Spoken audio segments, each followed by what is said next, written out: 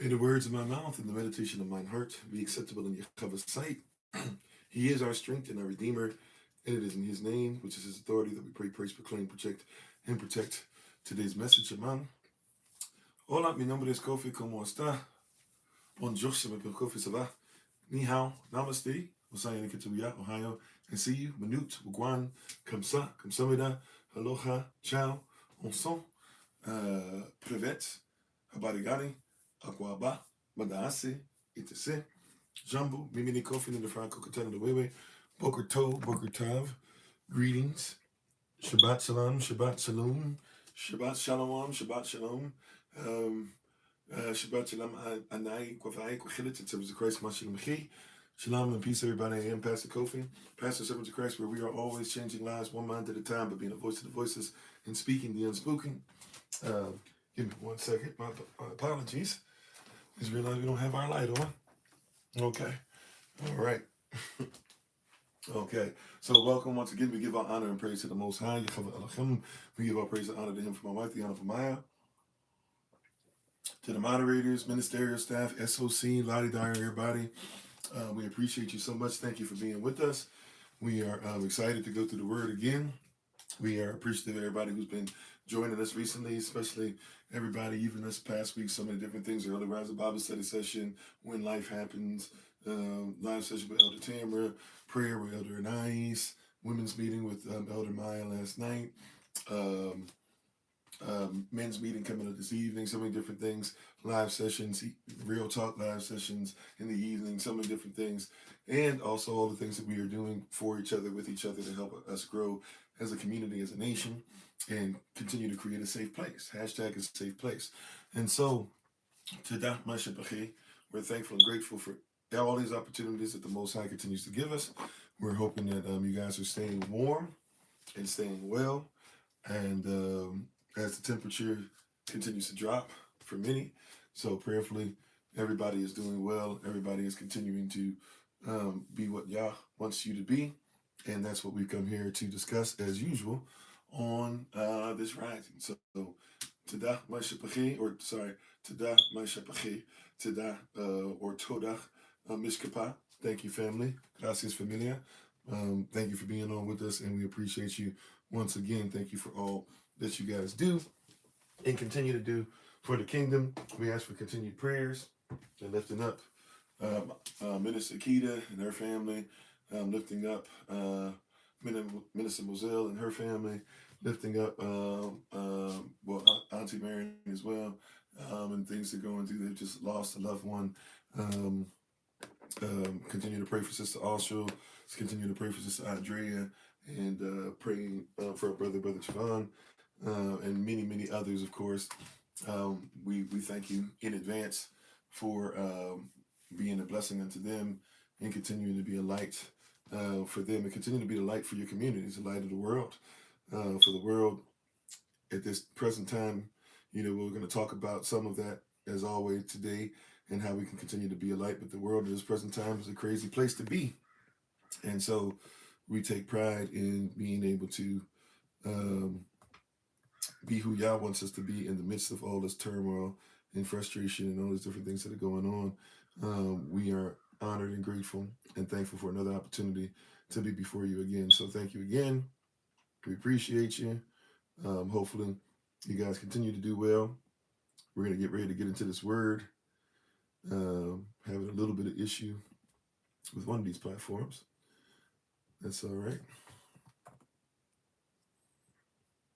We're going to get started. Let me try this again. Sorry, we're trying to get this one platform up and going. Everybody else seems to be fine. Mic check, 1, 2. By the way, before we get started, can you hear me? Yes, no, maybe so. And also, while we get ready to get started, if you guys don't mind, if you could, not only do mic check for us, but get ready if you are able to, rise to your feet in reverence of Yahweh's word, or respect of the word of the Most High, or however you are able to reverence the word. We thank you for doing so at this time, and we ask for you to join us. Todah Mashapachi, I keep saying it the wrong way. I don't know why I keep saying that word the wrong way, but thank you again. Yes, you can hear. Great. Yes, you can hear. Great. So, shalom, peace. We're going to get into this word. Once again, we're grateful to each and every one of you. And I'm excited about what the Most High has for us on this rising. Okay. So, just real quick, also, too, as you're standing to your feet or getting ready to say the Bible pledge and get ready to get into the word for today, a reminder for today. So, we're in our live session. Right after the live session, we'll have our podcast at 10 a.m. New York time. After that, we'll have Shabbat school for the babies at 11 a.m. New York time. We will then have, we got a lot today. We have a watch party at 12:15 p.m. New York time on Clapper. I'll try to see if we can have it on TikTok as well on the original Kofi Ofori channel. But Clapper will be the main platform that we'll be using. And when we use it today, we'll be talking about, we'll be watching and starting to go through the birth of a nation, the original one, the one in black and white, early 1900s. I think it's 1915. I could be off on that, but we're going to go back and watch that, see some of these things that they started putting in the mindset of the people of the West and the people of even the people of Yah who had to deal with this stuff back then, and some of the stuff we're still dealing with today. And we'll have some conversation at 2 p.m. New York time. It is our goal to try and make sure that we go international again and get that back on track this month. And then, we have a men's meeting at 7 p.m. New York time. So prayerfully, you can join us for all those different things going on. And also, too, as a reminder to the sisters, every Friday, right? Because the sisters, we hadn't done women's meeting in a while. We did some stuff recently where we actually have it on our playlist, where we did some stuff just for the sisters, some Q&A, and then Elder Maya. Once we're still coming out of some stuff, but once we were able to kind of woosah a little bit, she decided, hey, let's make sure that since the sisters said they want, to have these meetings, she wanted to have them more regularly on Fridays. So we're trying for the month of December to have women's meeting every Friday at 7 p.m. New York time. And of course, at the end of this month, we're going to have Women in Red on December the 27th, the last Saturday of this year. That being said, trying to get the sisters together and see if they can go ahead and speak and talk on a regular basis. And please, if you can, join us. If we have success or and have a great turnout and everything, then we'll continue that until Holy Spirit says otherwise. Am I? Alrighty, so if you can keep all those things in your back pocket, I'll try to say those things at the end of the live session again and run it back. Of course, you can always look at your Google Calendar invites and text trains and things where we have multiple places you can get information on all this stuff happening, and you can always join us at the times that are put out there. Am I? Alrighty, so thank you so much. We appreciate you. That being said, we're going to go ahead and get started. Hallelujah. So let's say shalom to everybody, and then we'll say our Bible pledge. Peace, peace, peace. How you doing, Sister Judith?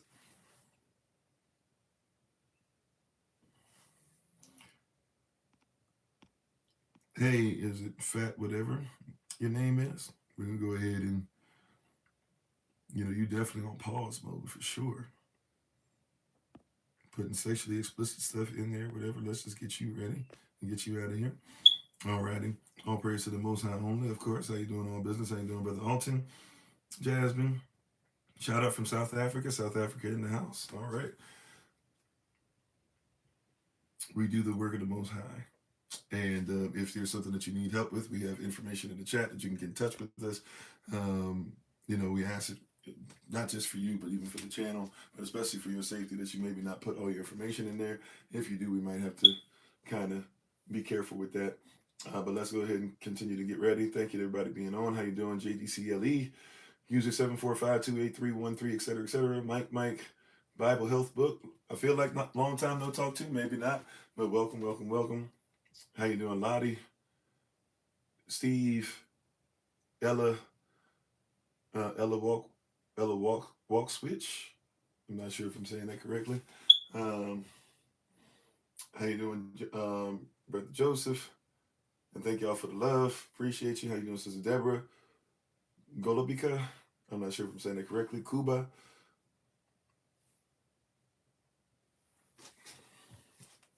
Let me see. Who is this that?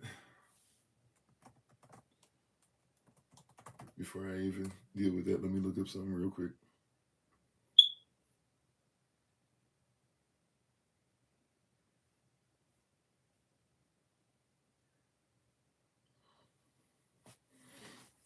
Okay, Sasha Krause. Okay, well, I don't know much about the situation, but if thank you for being on. Uh, let's see, SETI, Miss Net Shop, Chester Price, My Smile Times, Andy the One. I don't know how to pronounce it. Yene, or well, it's Llene. At least that's what it looks like. Please forgive me if I'm saying it wrong. How you doing, Dan? Darnell, user 60630255531 to serve with L.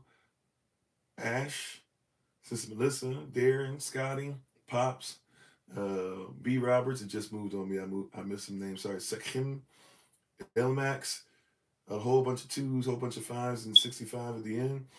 Marcha True, Pedro Pepin. Not sure if I'm saying it right.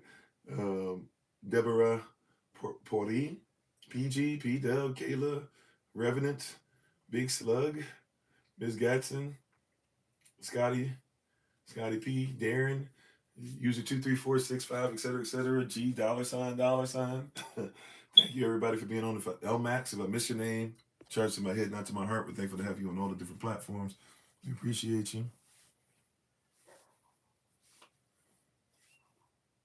Okay, once again, if there's some, we're definitely praying for you and stuff. Like I said before, if you're in need of help, we have information in the description. You can simply reach out in the description. We can try to see if somebody can talk to you and see what we might be able to help you with. Most definitely. How you doing, Miss Jasmine? Alrighty, we're gonna go ahead and say our Bible pledge and jump right in. Thank you so much. Let's go ahead and get into today's message. You can put your right hand or your Bible on the device and just repeat after me. Oh, sorry, 1 second. 1 second.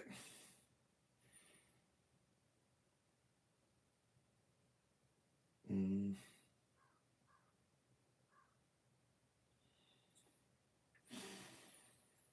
Hmm. Okay. All right. Excuse me. Sorry about that on this platform. We're back. We're gonna get ready to say our Bible pledge. You can put your right hand in the air or your device or your Bible and just get ready to repeat after me. Bible pledge goes as follows. How you doing, Elder Tamer? Bible pledge goes as follows. This is my Bible. This is my sword. And this will I trust. For Yahshua is Lord. No sword of God shall ever be heard. For this is my Bible. And this is Yah's word. Hashem Yechavach. Aman. Yahweh Shem. His name is authority. Let it be done unto us. You may be seated to go back to what you were doing in the presence of the Most High. Yahweh Elohim. Hello, this is G.W. Carver. Welcome, welcome, welcome. So today, and thank y'all for the love, today we're going to continue in our series, right? Our series is that we've been in for a while now. It's called Reversing the Curse, means revisiting the lie. Reversing the Curse means revisiting the lie. It's a playlist or a series that we have, so you can go and always check out the recordings and different platforms that we have. How you doing, Sister Carla?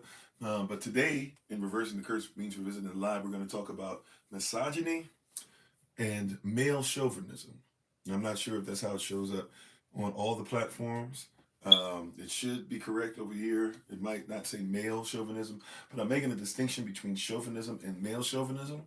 Just real quick, if you're not aware, we try to make sure that we follow the law first mentioned and that we make sure we have proper etymology. So one of the things that we do, so one of the things that we will do with this when we talk about chauvinism is that chauvinism has changed. The definition has changed. We're going to use a modern definition, but there might be some of you who are aware. So just to put this out there, some of you who may be unaware, so you'll learn a little something on this part. Chauvinism used to not mean, you know, hatred or a system against women. Chauvinism is a term that came from a person whose last name actually was Chauvin.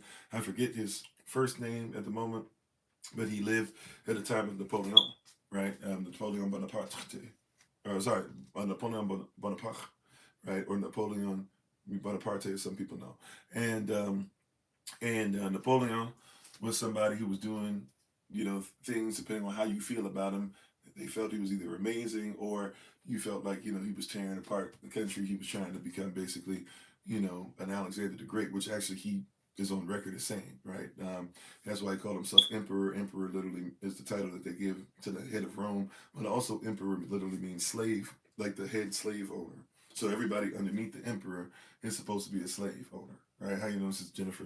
A lot of persons don't notice. Like words change over time. A lot of persons may not know. For example, the word hate in English, ancient English, and English really technically, we just change things up. But the word hate comes from two words, either the word hit or the word Haiti.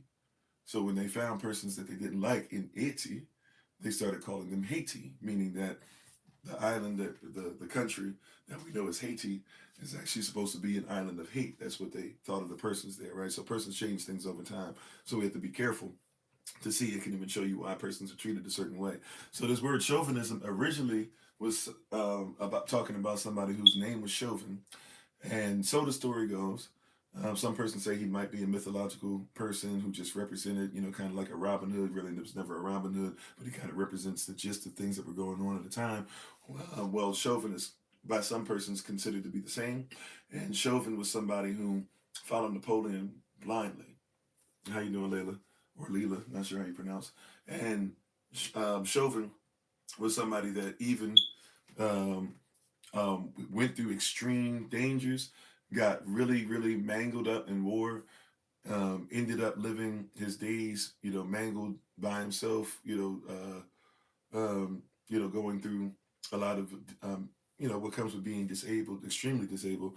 And, but he would still have Napoleon flags everywhere. He was very, extremely ultra patriotic. And his patriotism was something that went way crazy because persons were like, you can't see not only what he's doing to the world, what he's doing to the country, what Napoleon is doing to families, but also what Napoleon has, following him blindly has done to you. And so persons who blindly follow on that level started to be called persons who were chauvinist. And therefore, a system based off of that is something called chauvinism. So chauvinism is basically patriotism on steroids. That's the original term for it. How you doing, Bold Servant? That being said, now that we put that out there, before somebody listens to this or watches this later on or even today, I put that out there just to make sure that you are aware, that we are aware. How you doing, Minister Moselle? I'm going to try to reach out today. Today is a very, very busy day, but after maybe sometime around after 3 p.m. New York time or so, I'm going to try to reach out to you. So, but thanks for being on. Glad to see you on. And thank y'all for the love. So, in all this stuff that's happening, when we talk about chauvinism today, we're actually talking about male chauvinism, which basically is kind of talking about the the patriarchs of a wicked system, right? And that those patriarchs of a wicked system, part of that wicked system existing is males on top, certain males on top, and everybody else on the bottom, right? So so when I talk about chauvinism or male chauvinism, I'll try to say male chauvinism as much as I can, but if it just comes out of chauvinism, for those who know what the example is, yes, that's what it is. Now, chauvinism, as far as what we're going to talk about today, in addressing this, and addressing once again, the name of this series is called Reversing the Curse, means revisiting the lie.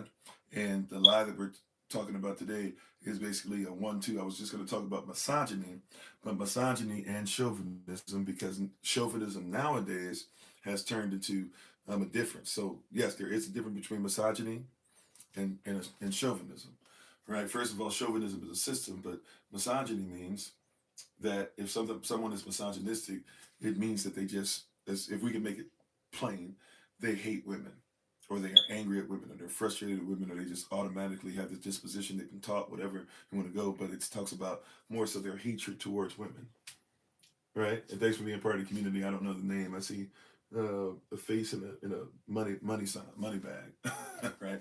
But thank you for being on. So a misogynist is, we're talking about somebody who is proficient at their hatred of women. They're trying to become very efficient at their hatred of women. All right, and we're talking about somebody who's a chauvinist. A chauvinist is actually talking about somebody who is actually, from a eugenic standpoint, believes that the woman deserves to be treated as less simply because she's a woman. All right, so we're going to make a distinction, and that's why we have both up right on the theme today. We're talking about misogyny and male chauvinism, right? And Misogyny, once again, is talking about somebody's dislike, disdain, hatred towards women, right? But chauvinism is talking about someone who or chauvinist is one who basically thinks that because you are a woman, you deserve to be mistreated. You put the two together, we have a really bad, we have a really bad position that unfortunately our sisters go through. And we even, if some of you were a part of it, we had a live session. I don't recall if it was evening this week or if it was last week, but we had a live session we did in the evening in which we literally were talking about women being protected. Matter of fact, it was Thursday evening, I believe, last week. And we were trying to do a special Q&A for our sisters. We did 3 Q&As in the evening before doing our live sessions. And on Thursday, I was like, you know what? Before our live, we'll just keep the live session going. And so we just kept going on and on. And it was, you would think one by now wouldn't be surprised, but I, as a man, obviously as a male, do not go through what females go through. How you doing, Sister Mignon? And it was the level of disdain. I had not experienced it personally because I was talking about women needing to be protected, answering questions for our sisters from a biblical perspective, from our cultural perspective, and the brothers that were coming on, even attempting to change their belief system in the Bible, right? And try to even say that now they had to start getting rid of the Messiah to make it okay for them to mistreat women, right? Like that was the level of stuff. It was crazy, right? Right? Like if you don't believe, you don't believe. I'm talking about persons who say they believe what I believe, who say that we shouldn't act like the world, who say that they believe in what Yahweh says, who say that they believe, therefore, in protecting the daughters of Zion. When I simply was talking about, I didn't even get a chance to go in depth on the protection that our sisters deserve. How you doing, Sister Tabitha? Thank y'all for the love. I just simply was saying that our sisters deserve protection. And man, you would have thought that I was ready to, I had a sword with the tip pointing towards somebody's child's throat, right? The vitriol that I received simply because I was saying that women deserve protection. And really, we were even talking about kingdom women. We were talking about kingdom wives. We were talking about another level, not just the worldly stuff. We're not talking about somebody who's mean or did you, but we were talking about if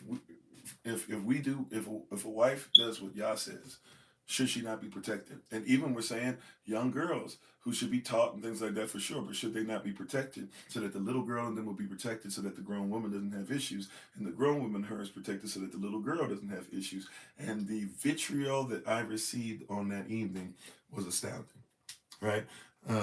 Unfortunately, our sisters go through this all the time, right? How you doing, Curtis? Unfortunately, our sisters go through this all the time. How you doing, Darius? And so, one of the greatest things that we can do if we really are what I was saying, I started telling them, like, you guys are weak. You guys are weak men.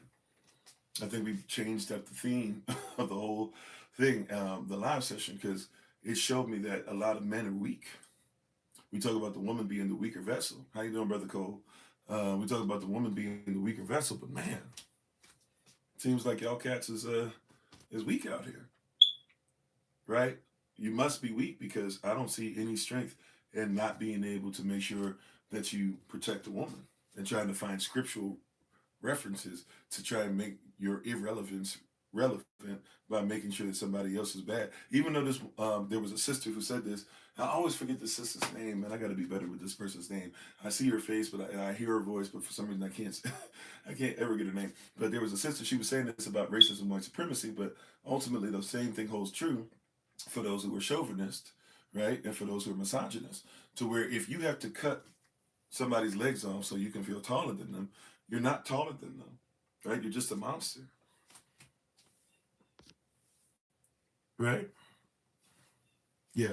Thank you, Elder Tammy. Yes. SOC stands for Servants of Christ. How you doing, Brother Jermaine? And Shabbat Shalom to all. Welcome. Peace be upon you. Right. So if you have to cut a woman down to make yourself feel greater, you're not somebody who's abused. That's not saying you've never been through abuse, but your abuse is not the problem. Your problem, or you being abused, is not the problem. Your problem is that you need to literally tear a woman down so that you'll feel like you stand a couple inches taller. How you doing, Sister Taylor?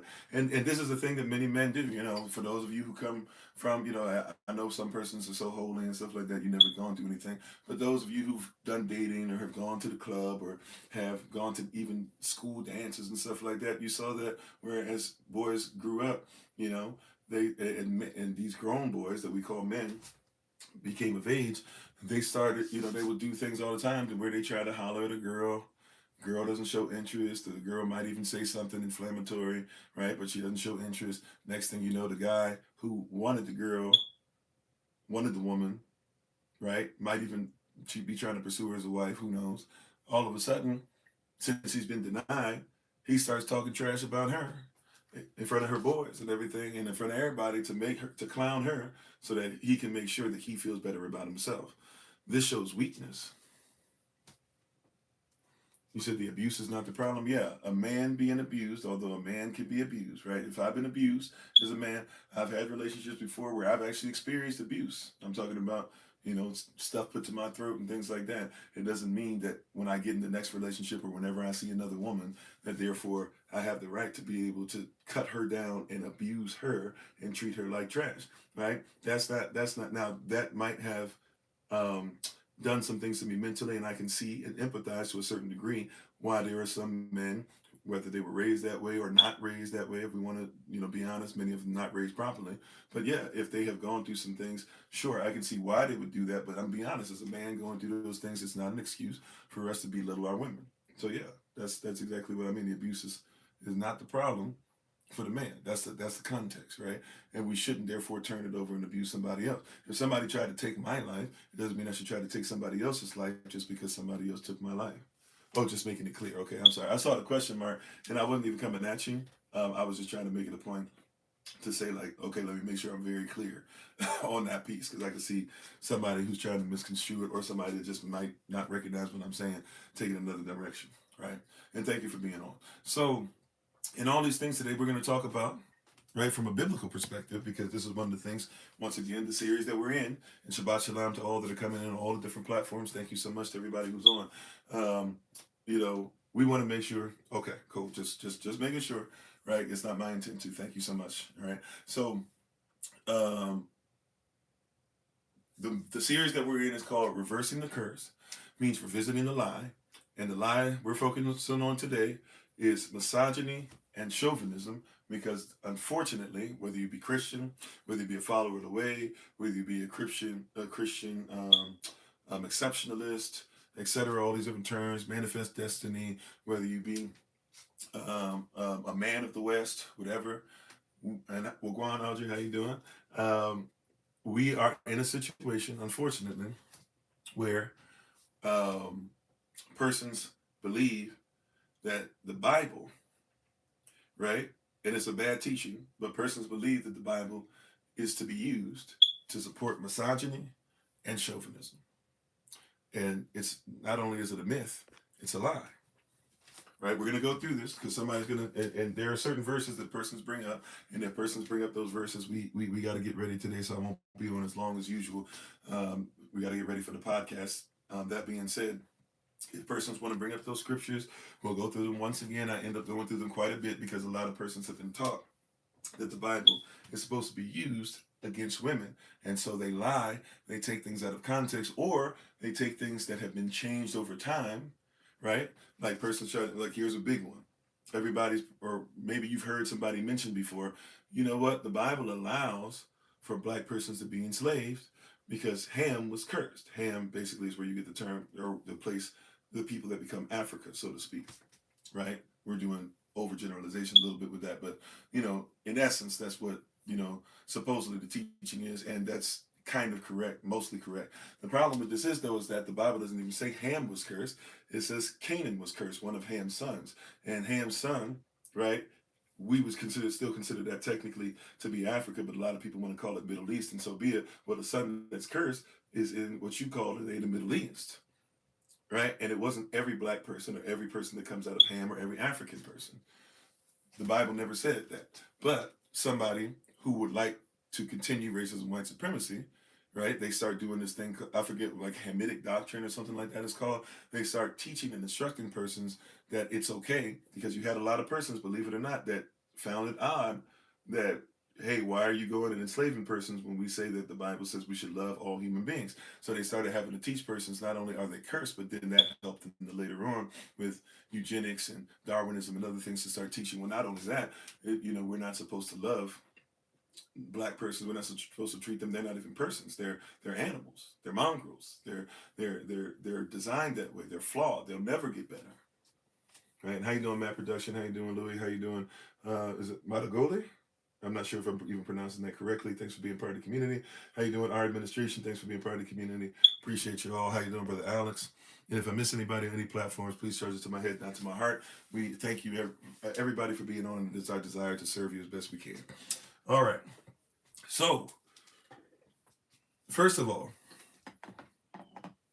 if we're going to talk about our women and the misogyny and all these things or whatever, first things first, we have to deal with, in our culture, with what would we, I'm doing well, thank you for asking, what we would call not a woman, because that term, we know what a woman is, obviously, but we don't really use the term woman, right, in Avla or in Hebrew.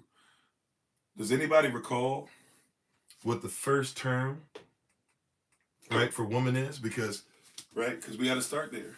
We're going to lay down some stuff. We're dealing with the myth, right? We're dealing with the lie that if we believe in the Bible, if you are a Hebrew Israelite, and by the way, if you're a Hebrew Israelite and you're misusing the word against women, then yeah, you are at fault too. And this word is for you as well. I don't even know who that is, but thank you so much for telling me.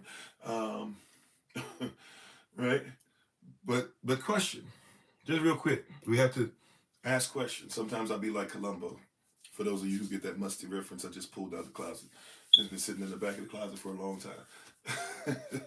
for those, I kind of like to be like Columbo and ask questions and let persons think that I have no clue what I'm talking about. And then I come in and I say, oh, this is why you're guilty, or this is why this person's guilty, right? That's kind of my style, right? So that's I still utilize that to this day. But, and how you doing, Sister Beverly? Oh, well, Beverly Jenkins. We got a few Beverlys on here. Have I ever read Deuteronomy 23, verse 7? Sure, yes. Now, that being said, I'm going to go in order today. I don't have as much time to mess with some of the riffraff, because I know persons be thinking you're going to tell me something for the first time, and I'm going to, and I'm going to be shocked because you're giving me something. But once again, I'm not coming from the perspective that you think. Okay? I don't mind hitting that chapter and verse in a little bit when it's time, if you want to go actually roll around and hear what I have to say. But if you're just basically saying whatever, right? Then yeah, we got an issue. Right? Harken that into Balaam. And if we go to Balaam, then we're talking about Revelation chapter 2, verse 14, and then we're talking about Revelation chapter 2, verse 14. We're talking about Numbers 22, 23, and 24. Right? So yeah, I got you. But once again, our sisters, you see, and this is one of the things that happened. I'm not going to allow it to happen like it happened last time, but this is one of the things that happened last time. I'm literally trying to talk about protecting our women. And everybody's going to try to come up with every excuse to go to anything else, because when it comes time to talk about protecting women, we need to show why it's not as important as something else. We're not doing it. We're not doing it. Not today, baby. Not today. So, how you doing, Sister Shirley? So, what is the original woman called? What is it that when we say woman, not when everybody else, right? I get the wounds man, or some people even preach, Yah saw a woman, or I'm sorry, Yah showed Adam his wife, and he showed Adam Aisha or Isha for the first time. Adam said, whoa, man, and all that. Okay. Right? But in our culture, in the original language, in the language of all creation, according to Jubilee chapter 12, in our language, in our culture, who is, or what would we call woman? Because if we start there, then you see that the mindset that many persons have towards our sisters is off point. So who would we call woman? Or what would we call, woman? How you doing, Falcon? Thanks for being part of the community. What would we call woman? Because culturally, once again, see, the Bible We say this all the time. We have to promote this all the time because we have persons coming in that are new listening all the time. So woman does not mean, right, in our culture, when Adam saw his wife, before Adam gave her the title wife, she had another name or she had another authority. That's it. Thank you, Brother Key. She was helpmeet or help, right? She was the helpmeet. Helpmeet, Ayazar. Helpmeet, right? Is talking about one who will encourage, one who completes, one who multiplies, right? Adam had everything within himself. Adam had everything within himself. Adam is where you get the term man from. Adam means man. So if you're mankind, you're Adam kind, you're a kind of Adam, right? Right? But the problem was is that Adam couldn't multiply and Adam was not complete. He had everything within himself and still was not complete until he was given an assignment. This is how important woman is in creation.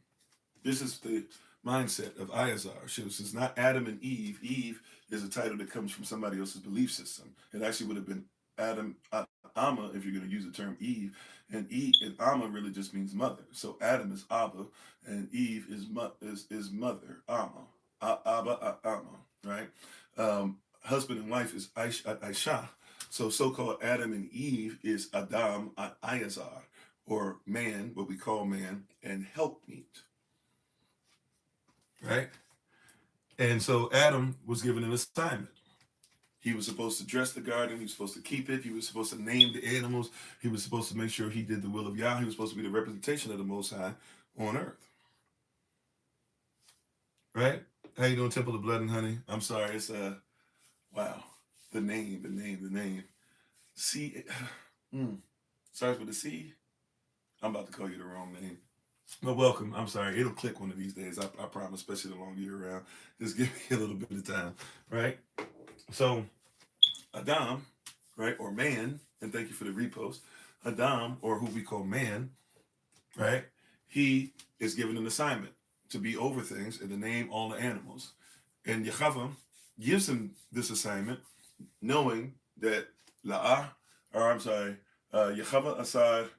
La'ah Taba Adam Bad, which is, he says that it is not righteous or it is not just or it is not his will.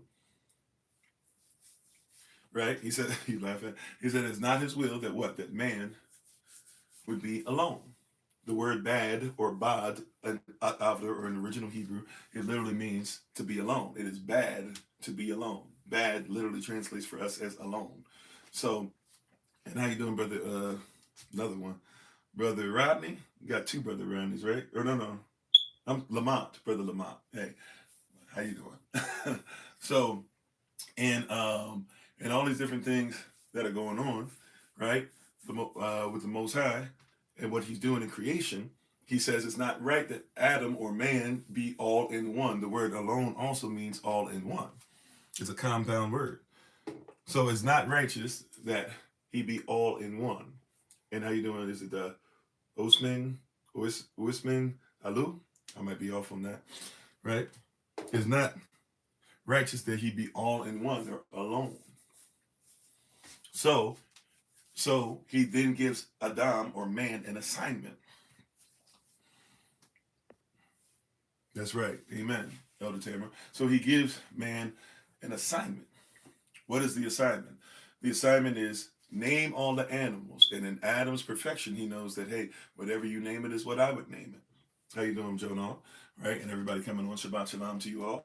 So he gives Adam the assignment to name all the animals. And Adam, in naming each animal, authorizing each animal, realizes, wait a minute, all of them have Ayazar. All of them have a helpmeet. I don't have a helpmeet. And once Adam sees the importance of the helpmeet, the Most High puts Adam to sleep, goes inside, takes out what's out of his side. Some say it's his rib. This word, it doesn't really translate to rib. It translates to going in one side, but a lot of times poetically it's just said he went and grabbed the rib. But regardless of what you want to believe, he went in, he did some surgery, he took something out from the womb, if you will, the place of the center, the mesentery, that area of Adam. He reaches in and pulls out, right, a piece of him and creates Ayazar. Adam awakes from his surgery, from his slumber, and he looks over and he sees a piece of himself. How you doing, Sister Monique? He looks over and he sees himself, and he realizes that he now has Ayazar, and literally says, this is what he says, not the Most High says. He is the first Adam for us, the first of our Father, right? Our Father, the first of who we are. He says, this is bone of my bone, and she is flesh of my flesh. She comes from me. She is me, right?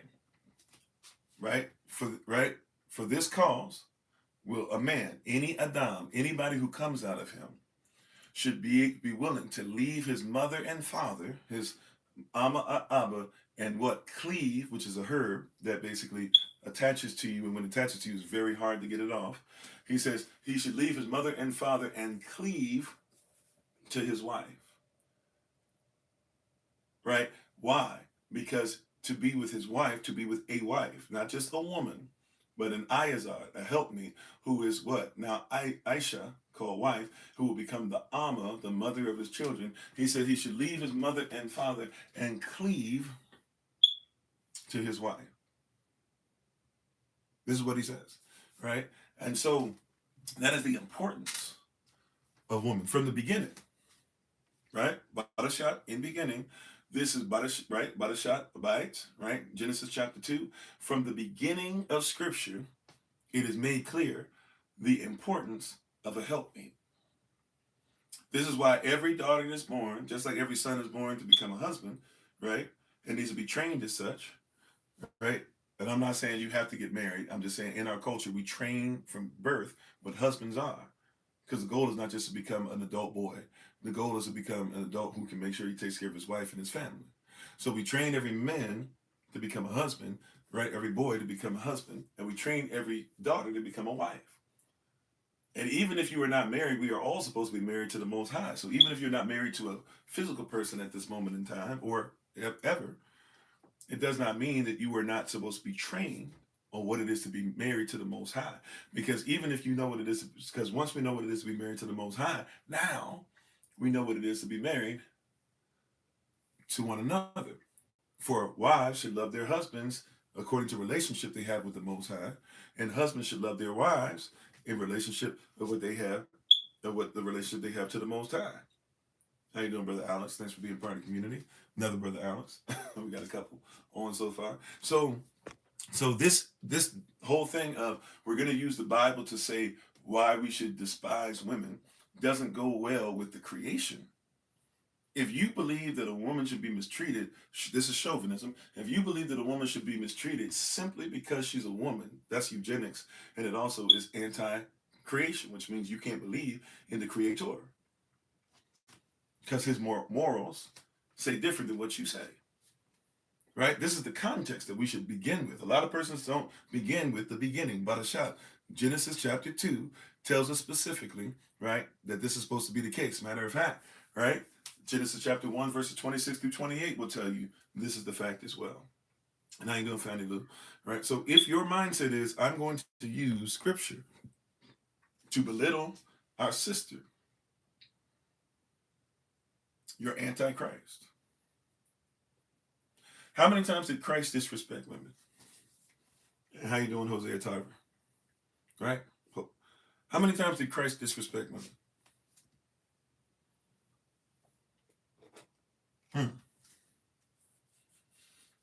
Right?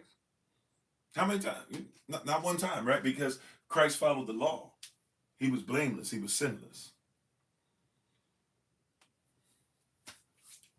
See, so now this is why I could see when we did that a couple Thursdays ago, I had that evening session, right? See, I already know it's coming. Somebody's going to try to say, never, even if they were, well, that maybe that's not exactly where you're going, but even if they were harlots, yes, okay. I'll leave that there because that's, yeah. But but watch this. So that shows us that even if it was a harlot, because we be doing that. That's not what you were doing. I just had a flashback, so I'm gonna please forgive me, right? of brothers who be trying to find reasons to get out of the word. So it's not you. I just want to make that clear. Sorry. The look you saw was me having a flashback to I'm still dealing with PTSD where persons were literally trying to change the word of Yah because they wanted to disrespect women. So just please don't take any offense to my look. It wasn't towards you. That being said, right? So if he would even make sure he protects the harlot, then it's not an excuse to say, well, she a woman of the street. And if she's a woman of the street, she didn't have to be your woman. She didn't have to become your wife. But it doesn't mean you just disrespect her because she's a woman. See, I need you to recognize that when we use these terms like chauvinism and misogyny, we also have to talk about other things like eugenics. Because if you are a chauvinist, it means that you believe that women, simply because they are women, deserve to be despised. And you will never find that in scripture, that just because somebody's a woman. Then somebody will say, well, Jezebel, yeah, okay, Jezebel, she was wicked. There's a lot of men that were wicked that had to be dealt with too. So 3 or 4 is right. So if you're somebody who's going to take the word, if you're somebody who's going to say, including many persons who have been miseducated and are trying their best to say, I fight for women, see, and the Bible is against women, we'll time out, then let's deal with it in context, because I'm pretty sure you don't know what you're talking about contextually. Grand Rising, Brother Dwayne. That's right. And she's still Yahweh's creation. By the way, some of you, if we don't want to talk about just being a harlot or something like that, some of you were liars. Some of you were deceivers. Some of you were murderers. Some of you deserved prison and didn't get the time that you deserve. Some of you have been through some things. Some of you, not some of you, all have sinned. But yet Yahashua gave up the ghost for every single one. So is it possible that when she gets herself together that the blood can cover her too? Or are we just going to go ahead and put her in a position and say that you're trash and say you'll never be able to become anything? And therefore, since we've already put you in that position, when she grows up in the position to where she never becomes anything, now we get upset with her because she became what we spoke upon her. That's sin as well. See, we got to have honest dialogue, honest discussion. We've been so busy crushing each other, right? It's really coming from that Willie Lynch mindset. It's really coming from the curses, Deuteronomy 28, verse 54, 55, and 56, because we as men have felt so pressured and inundated and everything's been coming on us, we start going at each other as men, trying to outdo each other, and then rather than work together. And since we don't work together, we get upset at each other. We don't take it out on each other, though. We go back to it says to the wife, the woman of our bosom, the wife who's supposed to be held in our chest, and we start talking trash to her. And then the next verse says, well, because we start doing that to her, she starts wilding.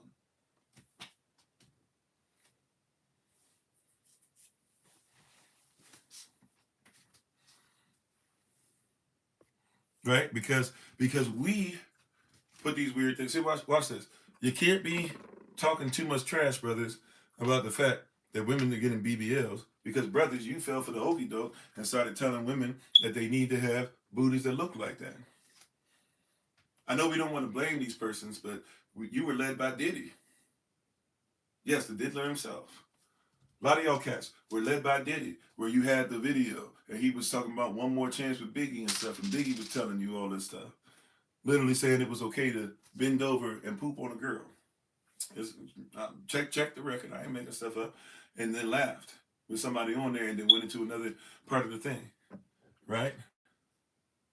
Talking about it was okay to say I get around. Love me some Pop, but Pop, he went on both sides of the fence. I wish I knew whether he was hot or cold. He's an interesting case study. But once again, that's laid to sin. Even though you was a crack fiend mama, you always was a black queen mama. I get it around. What's up, love? How you doing? All right. It's okay for me to still mistreat you. Why? Because you're a woman. That's what their belief is. But that's not what we believe. And it's not the truth. And how you doing, Lori? Lori King's daughter, right? We're having these things happen regularly, on a regular basis, and we're not telling the truth. If you say you set the precedence, if you say I'm the man of the house, I'm the king of the castle, then why does your woman feel unprotected? Shabbat shalom, Brother Alex. How you doing? Shabbat shalom, brother Jacob. Look at, man, shoot, I grew up on the double disc, All Eyes on Me. A lot of contradictions in there. Has some great things to say, but also has some foolish things to say. And some of it was an act, but still, that's what you put out. And we got to be careful that we are 100% whole, holistic, holy, that we don't go back and forth. Right? We got to be honest about it. If what we projected and really what we allowed others to project. See, we chase the money. How you doing, Culture Prospect? We can talk about Leah Cohen, and we can talk about what's his name, Lucian, and we can talk about all these different persons who are running the music industry and stuff. But we are chasing the bag, and so we started chasing the bag so much we didn't care what we said about women. We chase the bag so much that as long as you get rich, who cares if you're Lil Wayne messing with a whole bunch of women and stuff like that, and then bring 20-something children on stage and talk about we got to be better fathers to these children. Bro, you can't be fathers to 20-something children from almost, I don't know if it's from all different women or not. Right? Karl Malone scores enough points, and everybody will ignore the fact that he R-worded the little girl. I don't care if she was consented or not. According to the law, that little girl, if you don't know the story of Karl Malone, famous basketball player, played with John Stockton, played with the Utah Jazz his whole career until like what his last 1 or 2 years, and played with the Los Angeles Lakers.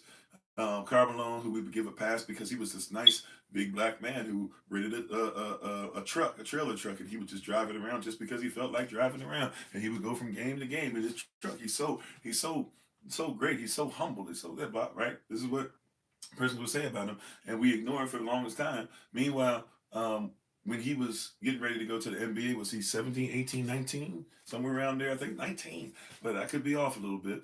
But he messed around with what, the little girl, 12 years old, 13 years old, got her pregnant, and then made sure he didn't pay.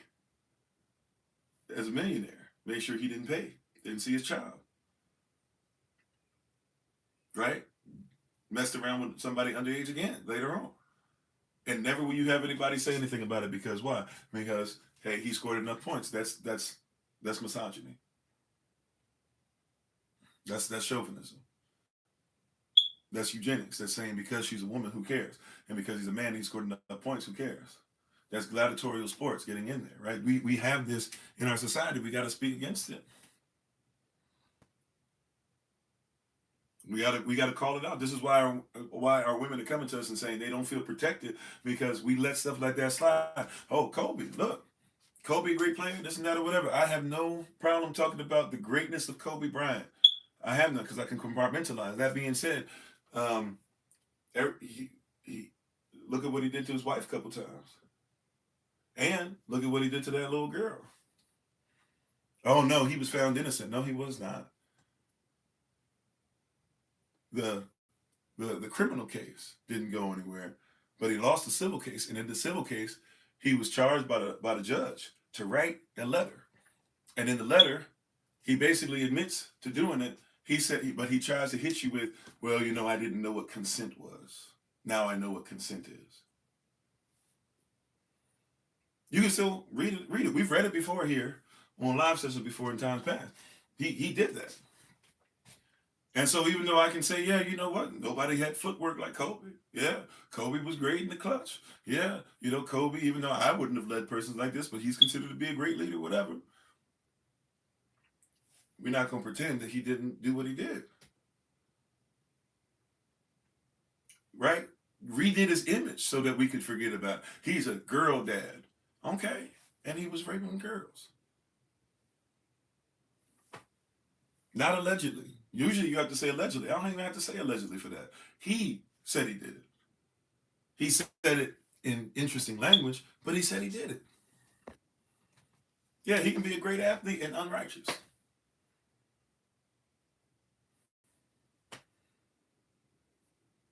Why not be a great athlete and righteous though? And why not call that? I can talk about the greatness of Michael Jordan.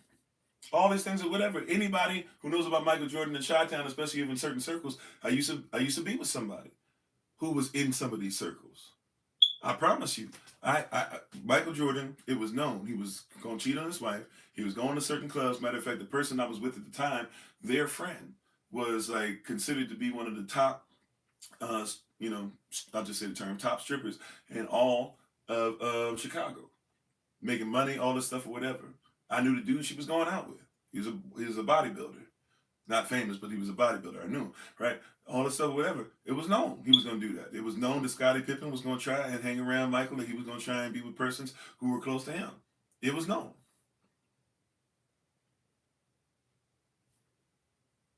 We can tell the truth about these persons holistically, but we erase it. Why? Because he's the man. Why is he the man? Because he could dunk the basketball. Why is he the man? Because he made enough money. Why is he the man? Those things within themselves don't make you a man, let alone the man. Now they do in the world, but we're not of the world.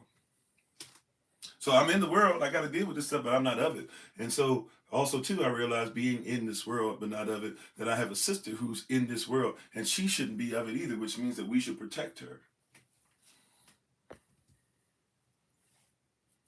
Yeah, that's right. It was even. I think it was even worse than that at one point. But yeah, Sister Carla, you're exactly right. Carmelo, he didn't want to pay $125 per week in child support, saying it was too much. Right, it's on wax. It's on record. He had it taken down. Eventually, he had to be forced to do it. But Carmelo, making the money he was making, said, "Yo, man, 125 a week. What are we doing here, Your Honor?"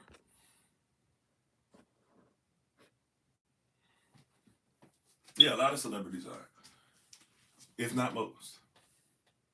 So this is what our women are growing in and coming up in, and we're telling them, "Man, why are you talking all this stuff? Don't you know what it's like?" And we'll talk about men tomorrow. We don't talk about men tomorrow, brothers. I got you. It's just not your day to day, and sometimes that's part of chauvinism and misogyny too. It's like, yeah, wait your turn.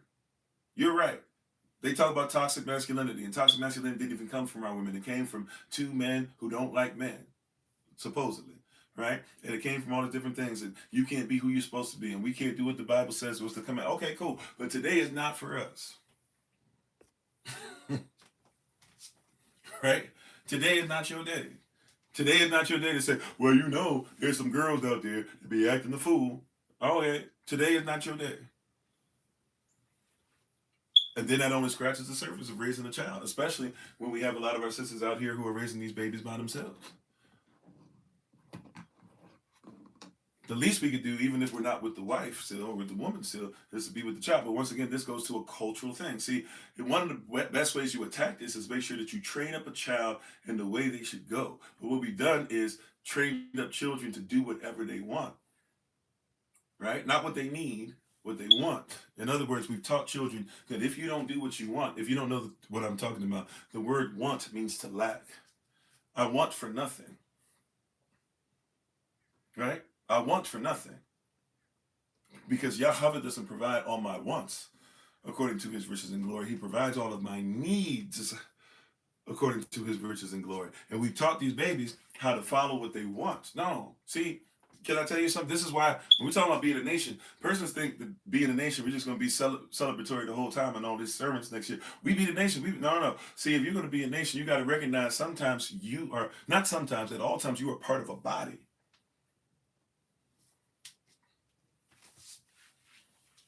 You hear what I'm saying? You are part of a body. See, when you get mad at other persons who come over, and sometimes there be some stuff that comes up in racism, white supremacy, and right, and stuff like that is affecting things for sure, right? But hear what I'm saying? The reason why some persons come over from other countries is because they come over and they say, "Look, this is not about you; it's about us." Right? So you might have to become a doctor. Right? When you're young, you're a doctor, you're a lawyer, you're going to be an engineer, you're going to be this. Typical Nigerian family, right? Or something along that line, West African, right? But you come over, you're going to do this, you're going to do this, you're going to do this. And then we say, how are these persons growing so fast? How are they making money? And blah, blah, this and that. Well, some of that is because, yeah, everybody got to do something. We talk about the Mexicans, and we get upset with the Mexicans say, you're going to do this, and you're going to do this, and you're going to do this. And all of us are going to come to a group. There is no discussion. There is no arguing over it, right? Maybe later on when you get the money and stuff like that, yeah, you can wild out something you can do. But right now, we're trying to establish community. Right now, we're trying to establish wealth. Right now, if we used to be like this, black folk, we don't forgot who we are. But we used to be like this. If there's 25 of us living in the same apartment, then let it be done. If it means that we're going to obtain wealth together. We used to be like that, so-called black persons. We done forgot. We done forgot. I remember taking trips in a van, having 10 cousins in the back. Somebody falling asleep and they feet in your face. All the boys lay down in the living room. All the girls, y'all get these 2 bedrooms over here. And I'm not as old as some others, but it wasn't that long ago. And what happens though is that we've been taught more than anybody else. We have held on to as well more than anybody else. Once we get to a certain level, then disperse. No, once you get to a certain level, you're still supposed to be family. And when we lost sense of family like that, one of the things that we did is we lost sense of what a husband and a wife was. You know, it's by design. If you haven't seen this, look, it wasn't until what, the 1920s and 1930s, right? We've always been the highest married until recently. How you doing, Sister Serlin? Shabbat shalom to you. Prayerfully see you later today, right? We've always been the highest rate married. How you doing, Bruder Richard, if I didn't say so? We've always been the highest rate by statistics, always, as far as fathers in their sons' lives, including still to this day. Now, it's still not what it's supposed to be. Don't get it twisted, because we shouldn't be looking at, well, we're better than everybody else percentage-wise. No, y'all's goal is as close to 100% as possible. Matter of fact, y'all's goal is 100%. But it wasn't until the 1920s and 1930s that person started coming from the government to our sisters and started saying, hey, you know, or wrote to the mom and the dad. They started coming in and saying, hey, you know what? We'll give you guys a few $100s extra a month. That was a lot of money back then. You know, you guys are struggling. We'll give you a few $100s extra a month. Just, you know, dad can't live in the house anymore. That's how it was presented. And persons were like, and back then, huh, okay. I mean, I'm still going to see him and everything. I'm just not going to live here, right? Yeah. And it started to escalate and escalate and escalate. Then you put the feminist movement with it and things like that, which we're going to talk more about tomorrow.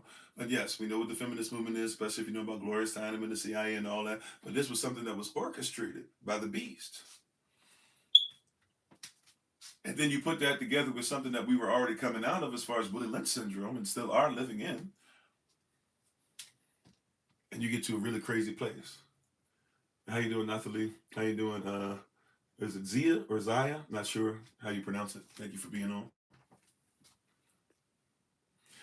That's right. We broke the family unit. Once the family unit's broken, what's the point? Now you got it to where what? Men don't need women. Women don't need men. And boy, have men, especially us brothers, right? We are the only group. We always talk about no other women talk bad about their men like so-called black men talk about their women. Okay, true. And no other men talk as terribly about their women like we do as men, as black men, so-called black men. It's true. I know we don't like to hear it, but it is the truth. See, we have to start, that's why persons have had to start changing the Bible itself to make it work. Not the so-called white man. We know that's been done. But even us. This is why you have brothers who would talk about 7-1. Mm-hmm. Who's we? Well, if this ain't got nothing to do with you, you can scroll, right? For those who this has something to do, and we're going to actually see even that, this whole thing of, I've never done it, blah, blah. Okay, fine, but you live in it. Are you going to help or not? If you're not going to help, then go ahead and continue to be a traitor. Because somebody who watches your women, or watches any woman, for that regard, get dogged out, and you sit there and watch it, not only you're a weak, frail excuse for a man, you're somebody who's betraying humanity, let alone, I don't even want to use these terms because it's eugenics, so I won't. But you definitely betraying the nation. And once again, this is by design. But persons will come up and change scripture 7-1 and say, well, you know, the Bible says that we're going to get to a point to where there's going to be 7 women for every man. So you sisters, you might as well just be ready for polygamy and all this stuff. And it's like, time out, bro.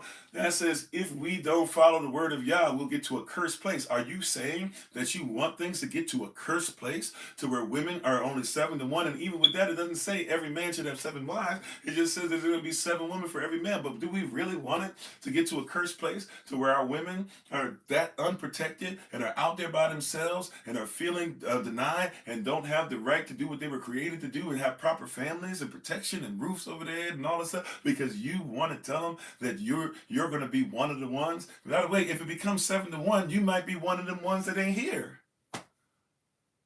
Come on, somebody. If it's going to be 7-1, you might be one of them jokers that are taken out. Because if there's going to be, it's supposed to be 7-7. If it gets down to 7-1, that means 6 brothers got to disappear.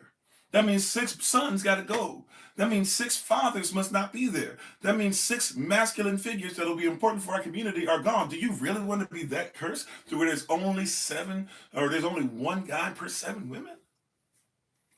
But some of y'all don't think like that because you're so misogynistic and you're so chauvinist, you can't even see that we'd have to become so cursed as a people that our women are struggling because it's 7-1. That means there's 6 women that aren't protected properly. At least, because sometimes just because you have a husband doesn't mean he protects you properly either. Real talk, and thank y'all for the repost. You know? Yeah. But these cats, they desire not to be holy like they say. They desire to be chauvinist. They desire to be misogynist. Once again, a misogynist is one who simply dislikes a woman or hates, even hates a woman, but dislikes a woman, right? A chauvinist is one that believes that he is allowed to do so because of eugenics, because she is a woman. You hear what I'm saying? That's what happens. The misogynist in you dislikes women. The chauvinist in you is part of chauvinism, a system that says that, hey, because she is a woman, she deserves disrespect. This is why you have to change the Bible and have to say women can't preach. Uh-oh. Question for you. This one ain't even that hard, but we just put it out there because persons ask this question all the time. That's right, be righteous in man's eyes. And really, y'all cats be in competition with each other, right? And so any woman that comes up and now it's part of the competition because you look at her as competition, that's somebody that can help you. So therefore you try to get her out of there because she's easier to get out of there in your eyes than it is to get your brother out of there. Your brother, right? But let Holy Spirit told me, okay, I hear you. We gonna keep it. I can sit there all day, right? But all right, so real talk. Women can't preach. Okay. Were there any women that were prophets in the Bible? And some of y'all brothers can't say, oh no, that's Old Testament because a lot of y'all cats can't say anything when I say that question because many of you say the New Testament don't even count. So I'm gonna start where you say you live, right? Some of y'all say you live in so-called Old Testament only or the original only. How you doing, brother Yasser? All right, so let's go there. Are there any women in the Bible that were prophets?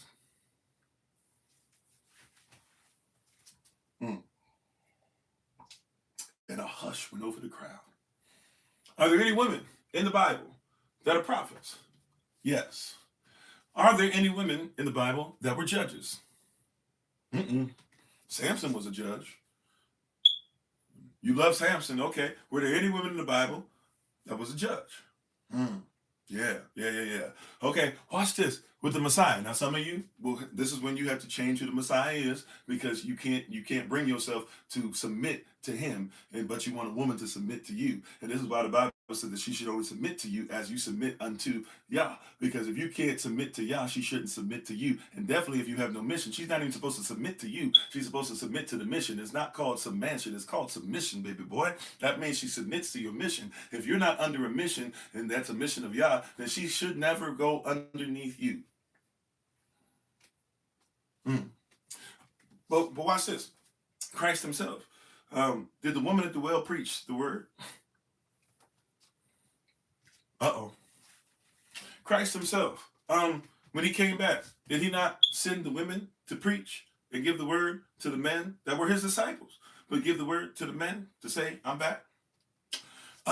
When Christ was resurrected in Acts chapter 1, when he talked to persons, he talked to men and women.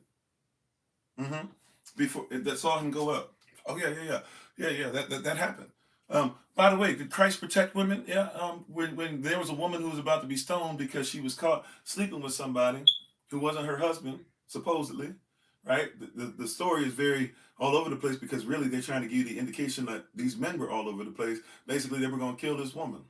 Well, she got caught with a man, which means you should stone the man too, shouldn't you? But no, see, because these women were property to these jokers. And Christ, when he drew the line in the sand, so to speak, and said, "Let ye men who are without sin cast the first stone." All them jokers put the stone down. And then he turned around and he said something peculiar, if you catch it. He says, hey, all of those persons who were going to stone you, he said, they're gone. And then he said, and even I am here, and I will not take your life. What does that mean? That means if he said, those of you who are without sin, let you go ahead and throw them rocks. And when they left, he was saying, I can throw the rocks because I've never sinned. However, I'm going to ask you to go away and sin no more. I'm not going to let you off the hook, sis, but I am going to allow you the right to become righteous. Don't do it anymore. You're greater than this. You're stronger than this. You don't have to lay under any man. This man betrayed you so much that he laying down with you, got his whatever all, and then would allow you to go ahead and die and not say a thing. It didn't say this man was out there fighting on her behalf. This man's still in the tent somewhere.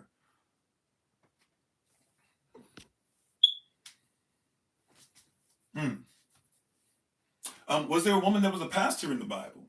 A kohelet, an assembler. 1 John 2, if you actually know how to read, and especially read it in the Greek context, guess what you discover? You'll discover that the woman's name is Lady, and she has been elected. She's elected to be the mother of these persons. They're considered to be her spiritual children. Why? Because she is their pastor. And John, right? John the Revelator, not John the Baptist, but John the Revelator, is telling her how to make sure that she does things righteously. But see, when we put this stuff in there, right, that's in there. But they will tell you, no, let a woman learn in silence. Yes. What is the context of that? The context of that is he's talking to those in Corinth. And he's saying in Corinth, women who have a lot of money because their husbands die off going to war all the time, they start gossiping out loud and they run stuff. And they go to a place to where they gossip so much that they make these men look and feel like trash. And he said that they should not do so. And Paul even qualifies it by saying, if I had my way. He says it's wrong for women to do that to men, but he also qualifies it and says that, man, shoot, if I was, basically he's saying, look, if I was over there, right, I ain't over there right now, but bruh, if I was over there, I wouldn't let this stuff ride. I would do this, I would do this, I would do this. That's the context of it. He's talking to somebody, not just randomly. How you doing, Sister Allison? He's talking to somebody. I know we don't like this. This is truth. This is why the series that we're in is called "Reversing the Curse," means revisiting the lie. And what we're focusing on today is misogyny and chauvinism. See, that one not even that hard. You saw how we did that? Just using the word. Even when he talked to his mama, by the way, when he talked to his mother, and she said, you need to help these persons at the wedding. When he said woman, Ayazar, when he would have said woman, that's a term of endearment. He didn't say the way, woman, you better not. No, it was woman. It's a term of endearment because he respected his mama. So he called her what she was. Watch it. I need you to comprehend this. In your culture, in the culture of the West, in other cultures, they believe that once you hit a certain age, you are considered to be a man or a woman. But in our culture, yes, we want you to hit it by a certain age, but you're also supposed to be trained and you're also supposed to go before like a council or a board. And if you're not doing what you're supposed to do, we don't call you Adam the way that you think you should be called. We don't call you man if you're not doing what you're supposed to do. See, that's what the bar mitzvah or the bar mitzvah, that's what that actually comes from. Right? When you hit 16, it means bar is son, and mitzvah is basically talking about coming of legal age. So we put you in front of a council, and we make sure that you know the word, and that you've been educated through your family, and that you are faithful and obedient to what your parents say and do, and that you know the Most High for yourself. If you cannot qualify in that, then we don't say just because you're 16, you're a man. Or just because you're 18, you're a man. Or just because you're 21, you're a man. Or just because you got a bunch of money, you're a man. That don't cut it. This is why we got to come from this from a cultural perspective. We got to be honest. We got to be real. The dialogue that you guys be having with this stuff is not biblical. There's a culture that comes with this. This is why this is not for everybody. You got to meet standards, right? This is why this is not for everybody.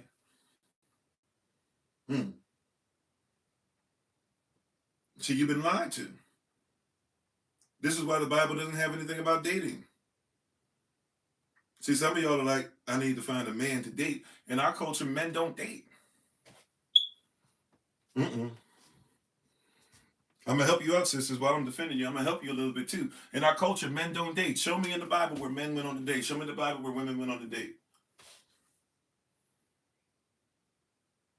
Uh-oh. You can't find it, can you? You won't find it because it doesn't exist. We were trained from birth on what a husband and a wife was. And so while you were being a husband already qualified, before you find a wife, you must be qualified as a husband. And before you are found, you must be qualified as a wife. It's not he who finds a woman that he'll wife.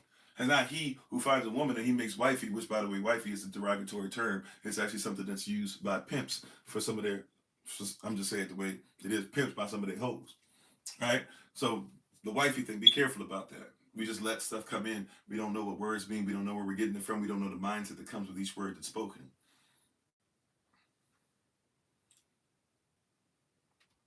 Come on, somebody. Right? Is this helping anybody? Is this blessing you? I'm trying to show you, see, this stuff is not in the word. So you've gone out looking for a husband, trying to date a man, but in our culture, you raise a man ages 0 through 3 to be a boy. Ages 4 through 6, you have him weaned from mama, because ages 7 through 9, he's his father's apprentice. Ages 10 through 12, you give him extreme education.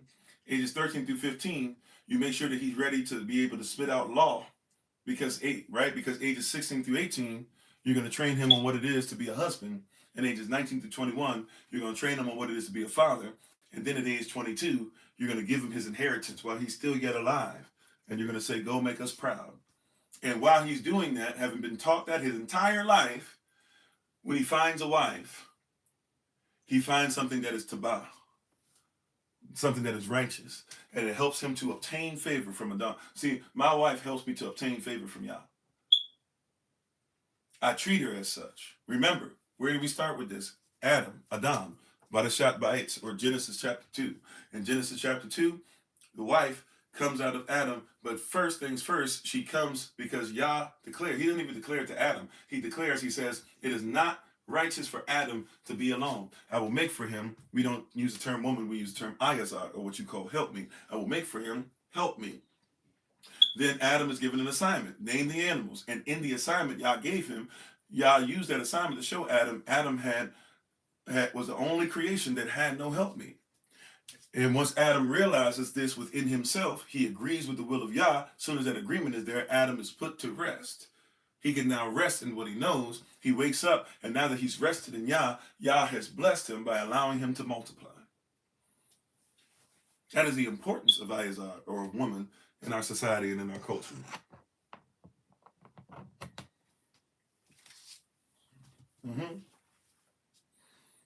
You see that? Where do you see that we hate women in that? Where do you see that it's okay to despise a woman just because she's a woman? Right? For this cause will a man leave his mother and father. It was a man who said that. It was Adam himself who said that. Y'all didn't say that. Adam spoke that over his sons and said, for this cause. What? For the cause that this woman is bone of my bone, flesh of my flesh. I'm missing a piece of myself. I had everything within me, but I could not multiply and do certain things that I was commanded to do. But now that I see a piece of myself, once I become one with that, then I will be able to do the things I could not do before I had to go through the process of becoming one with somebody. Because of that, for this cause will a man leave his mother and father and cleave unto his wife. In other words, because of how important the wife is, she comes first. And how you doing, G? How you doing, Rock Lock? Come on, somebody. Come on, give him praise right there. I know it's difficult. For some of us, it's difficult. Give him whatever type of praise you need to, right? For some, that's difficult to catch. How you doing, Minister Smith? Right? I get it. For some of us, that's difficult to catch, but that's real. It hurts because you've been told everything else.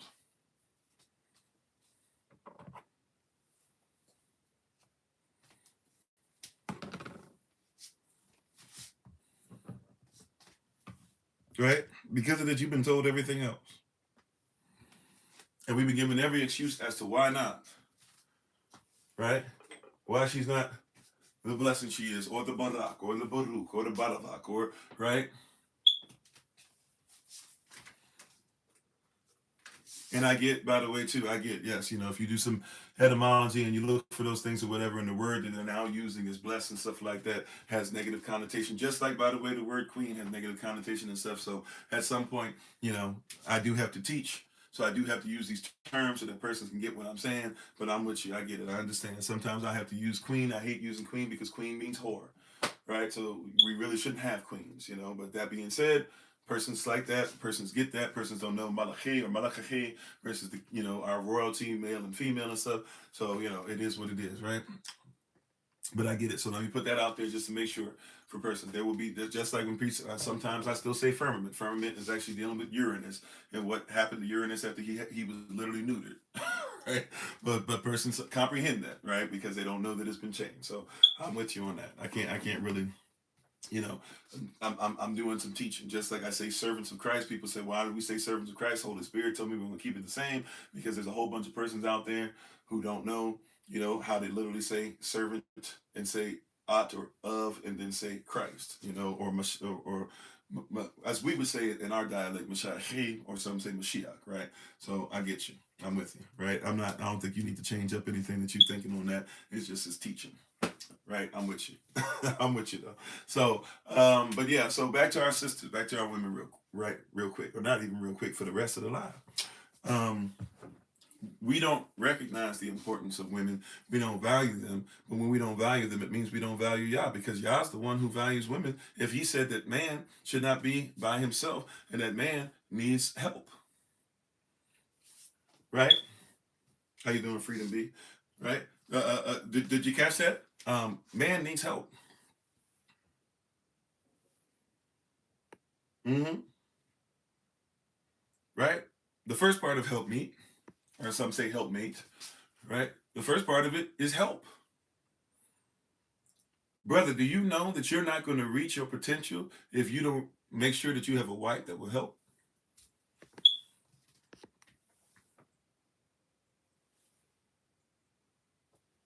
Do you hear what I'm saying? Brothers, may I say that again? Do you not realize and recognize, right, that if you don't get yourself, right, a wife, not a woman, not a wife by the world standards, but a wife according to Yahweh standards, right? Those of you who are called to be married. When you get that wife, she is going to be the one to multiply.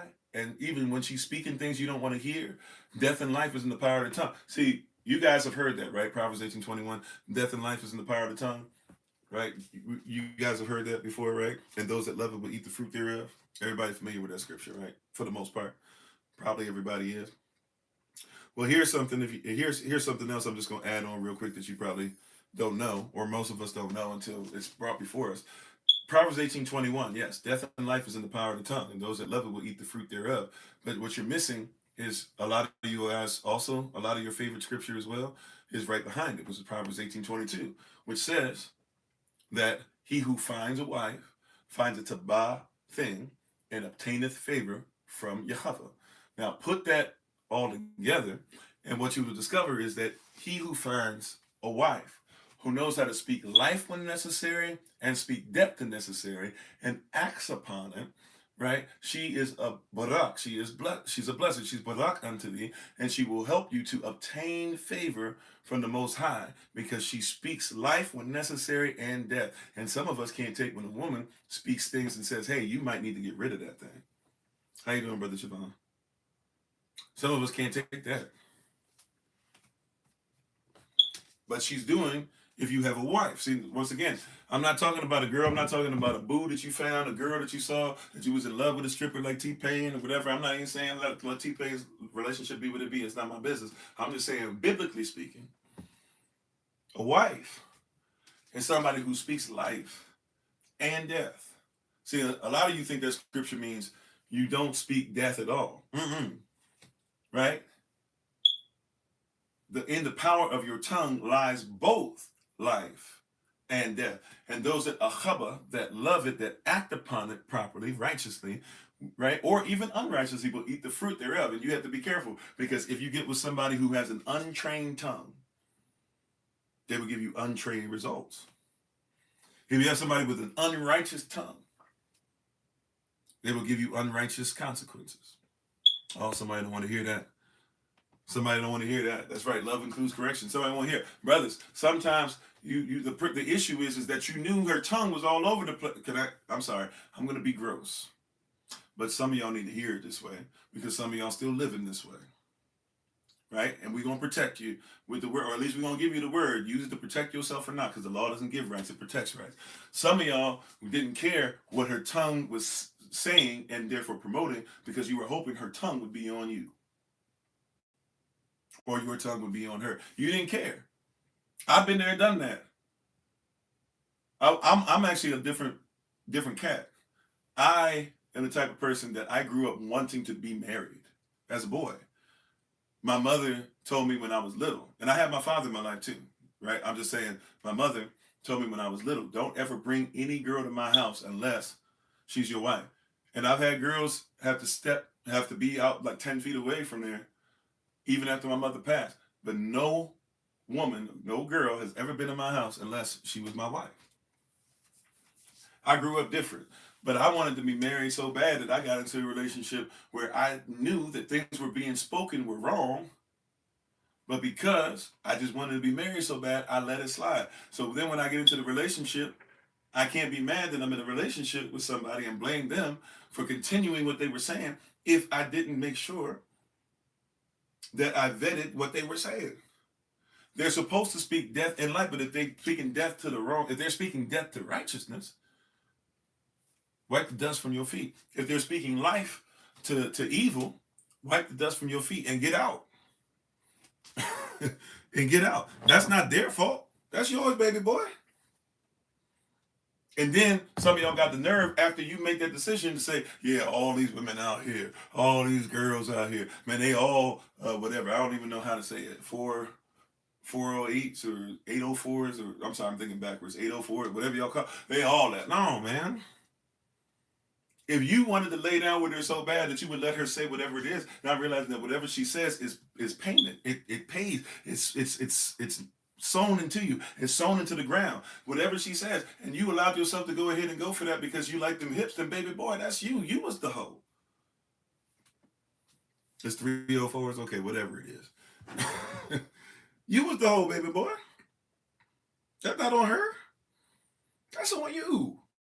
I know somebody don't want to hear that. I'm not trying to. That's tough to take with somebody. Pastor Kofi out here calling me a hoe.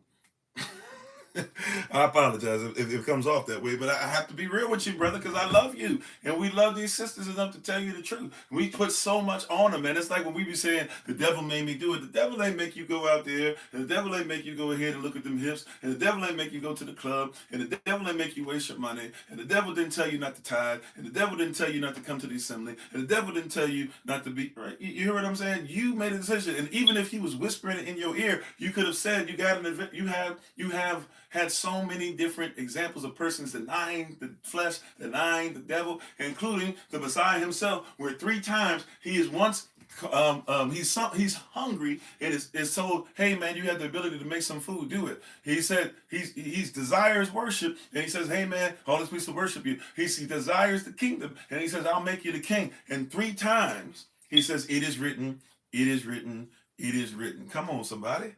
It is written. You got the word. If the devil says something and you know the word, speak the word.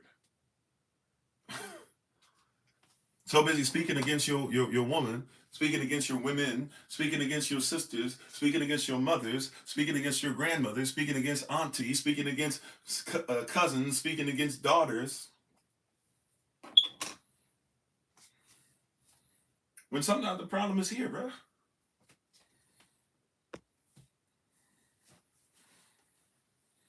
Sometimes the problem is here, bro. The heart is desperately wicked. Sometimes the problem is here. Be not conformed to this world, but be renewed by the transformative power of God, so that your mind, your stoic thought that marries your spirit, that marries your spirit, body, and soul together, will never be the same again. Right? If the shoe fits, wear it though. Yeah, man. This is why I look, man. I'll be the first person to tell somebody, yeah, I had a pornography issue. That's not the person who got in a relationship with me's problem. You'll even hear brothers, yeah, man, she not doing it right, blah blah. So I'm out here, I'm just gonna watch my favorite stuff or whatever. And no, then you still sinning, bro. We're not gonna excuse it. Like you sinning. Every time she does something wrong to me, I just like, man, whatever. I need somebody who will love me. That person don't love you. That person don't know you. That's lust. It's witchcraft. I had to learn that when I saw a video of one. I don't remember which one it is. I used to know them all by name, so I ain't gonna hold you. I used to know them by name, this and that, what they were known for, blah blah. If they like what position, how they were shaped. I mean, I used to be y'all. Some of y'all know I have a what they call addictive personality. If I'm not careful, like I'm very, like whatever it is that you give me, I set that as my standard. Or if you don't want to call it that, maybe it's not addictive personality. I'm very habitual though. I'm very line upon line, precept upon precept. My days are very similar. I like it that way. It guides me. Knowing, having a vision gives me purpose in what I do every day, and therefore I value that, right? But all this stuff, that being said, you know, cats will make excuse, this and that or whatever. I don't think y'all realize, man, that's addiction. The person who smokes all types of unmentionable stuff or whatever, you know what happens with that? You know where they get that from? The person who's smoking and doing all that stuff and all that crazy stuff, right? Like, oh yeah, whenever stuff's going there, man, I just need to go ahead. It helps me to get over it. Or whenever I'm going through something, I need to make sure I have a cigarette. Or whenever I'm going through something, I need to make sure that I eat a certain amount of food. Or whenever I get some sugar in me, or blah blah, whatever. That's addiction. And persons that are in addiction, they need help. And there might have been persons who did things that caused the, or I won't even say caused the addiction, but caused you to look into it. But there's other things out there besides just the things that addict you. And to say that I'm going to demean women further because my woman's not acting true, and then I'm going to demean her further by basically cheating. Not basically, you're cheating on her. You're committing adultery because before one has done it physically, they've done it here and in here.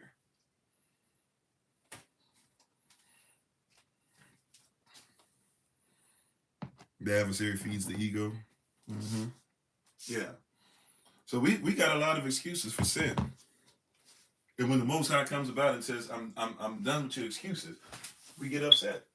And this is why many persons now have started to try and change the law to allow misogyny and chauvinism to continue. This is why we must speak against it. Right? Not we can speak against it. Yes, you can. You must. We must speak against it. Salah. If you're not speaking against misogyny, if you're not living against misogyny, if you're not willing to make sure that it's taken care of every time you see it,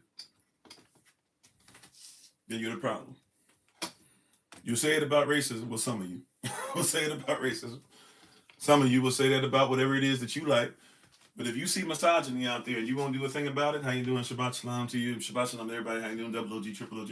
If you're not going to see if you see misogyny or chauvinism and allow it to continue, if you see, watch this. If you see any trace of it, you got to be so careful nowadays. If you see any trace of it in these baby boys, immediately, no, we don't do that. Immediately, no. And you know where they get it from? Brothers, got to be honest with you. But you know where they get it from? They get it from their fathers. Or their father figures, or the lack thereof, or their cousins, their big brothers, whatever. They're getting it from us. Once again, we don't like to hear this because it's like, why are you holding me account? And I feel it in my spirit because sisters don't like it either, but they're not as quick as brothers are to do this. Like I said, sisters don't like it easy either, but they're not as quick as the brothers to do this.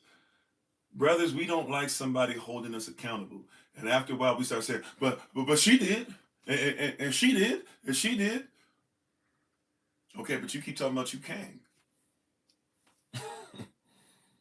You keep talking about this is my house, right? You be hitting the LeBron on, ah, you be hitting all that on her. Okay, this is your house. Cool. Then why your house look like that? See, I felt that in my shundo. I know somebody ain't like that. Right? But why your house looking like that, bruh? Why is she saying she's not protected? Why is she not educated, by the way? Whose responsibility is it to teach the woman? Is it the woman? Watch this. I know somebody not gonna like this. Right? Matter of fact, some of the sisters ain't gonna like this. I'm gonna say the truth anyways, though. But this is for the brothers, mainly. Right? I know you're not gonna like this, but hear this. Whose responsibility is it to teach your wife?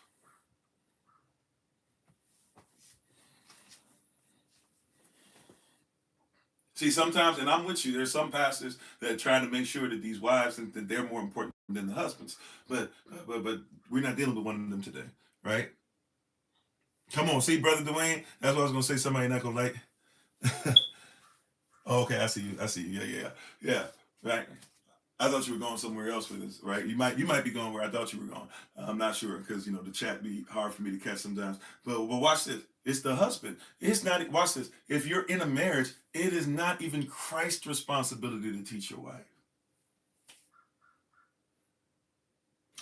Come on, I'm trying to help somebody. See, that sounds sacrilegious to some, but I'm gonna say it again, 10 toes down. And I'm sorry, how you doing, Yehuda? I didn't say so earlier, right? It's not even the Messiah's responsibility. If you are in a matter of fact, even if she's not married, she's supposed to be in her father's house, which means still you as being the man, you supposed to teach. So a lot of y'all cats get upset when your wives listen to persons because your wife has a desire to be protected, including protected by the word, and she also desires to be smart and intelligent and make sure her business and everything is going there. And she looks up, a lot of y'all don't even know, she looks up to you, baby boy. She looks up to you, daddy. She looks up to you, father. She be waiting for you to give a word of encouragement, even exhortation. And if you can show her, and promote her to the world and present her unto yourself first. That's what it says. It doesn't say you present her to everybody first. It says you present her unto yourself, spotless and blameless. You supposed to wash her. If she comes to hear me, she should only be coming to hear me or anybody for that matter, but I'm going to hold myself accountable so you can hold me accountable later. If she comes to hear me, she should only be coming to hear me, right? Verify, or not even verify. She should be coming to hear me just simply say, yeah, same thing he's saying. That's what the word says. That should really be it. If we were living righteous, she should be getting this from you. And getting it so well and seeing you live this so well that when she simply comes over to me, she's like, yeah, okay, yeah, my husband, it's just, this is just a place where we're coming to be able to get fed a little bit. And if there's things that are there or whatever, my husband will be the one to verify it, and he'll be the one that, if what Pastor Kofi is saying is true, then we'll put it in, and I'll help to make sure that it's done properly under the mission of my husband, which is the mission of Yah. That's what this is supposed to be. But many persons have been not taught this, and so therefore, and many brothers are not giving this. There are many little girls that I deal with that are grown women, or grown women who have the little girl in them that was never protected, and they're coming to me and asking things, and I'm sitting there saying to myself, where was this in your life?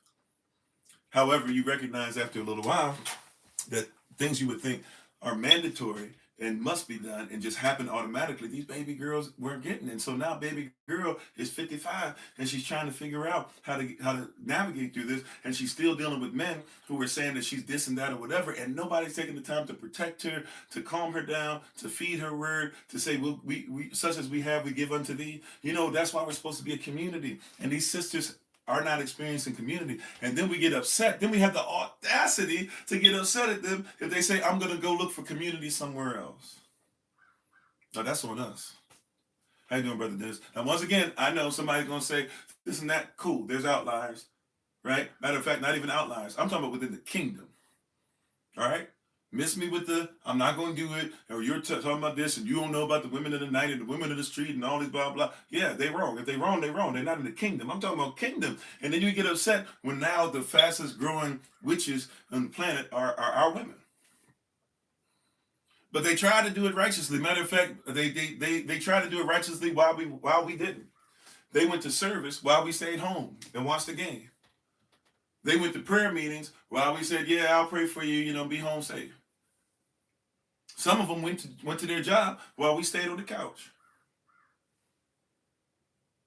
Some of them raised these babies and tried to be masculine and feminine because the masculine presence wasn't there. And now we're upset and dare to say, how dare you, and this and that, and you shouldn't talk about us or whatever. Look, if the shoe fits weird, if it doesn't take it off. That being said, yes, I didn't commit all the sins that were done before me, but I'm dang sure not going to let them just stay there and not say anything about it.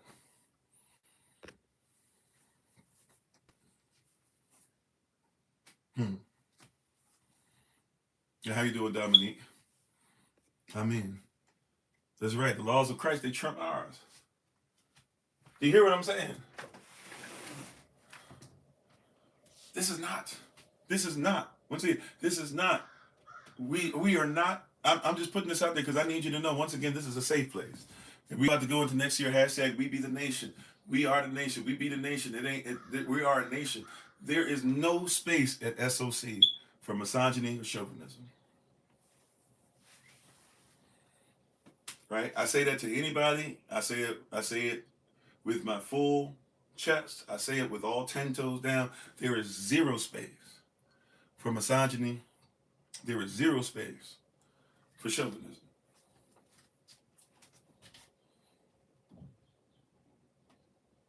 Settled. Not allowed. Not happening. Not on my watch. If I find out about it, we're coming for you. Or bare minimum, you're going to be, first of all, dealt with. We're going to try to ask you to correct yourself. We're going to do it biblically. But if you need to go ahead and leave because you need your chauvinism to exist, then so be it.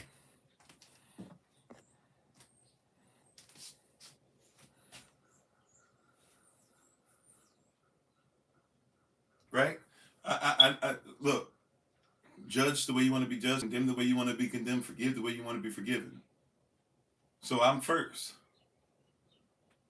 If you find out that I'm misogynistic, that I hate women, or that I'm chauvinistic, that because of eugenics I believe that the woman is less, I'm first up. See, once you say it and once it's on wax, it's recorded now. There's witnesses now, right? See, this is why you should confess the word, because once the word is out there, now guess what you got to be accountable to? Guess what my example has to be now? Guess you see what I'm saying? I'm putting my heart out there. I'm putting my mind out there. I'm putting y'all's word out there. I'm saying this is what I live by. 25 years from now, somebody should be able to look at this and say, hey, did you get better in this? Because ultimately, that's the goal.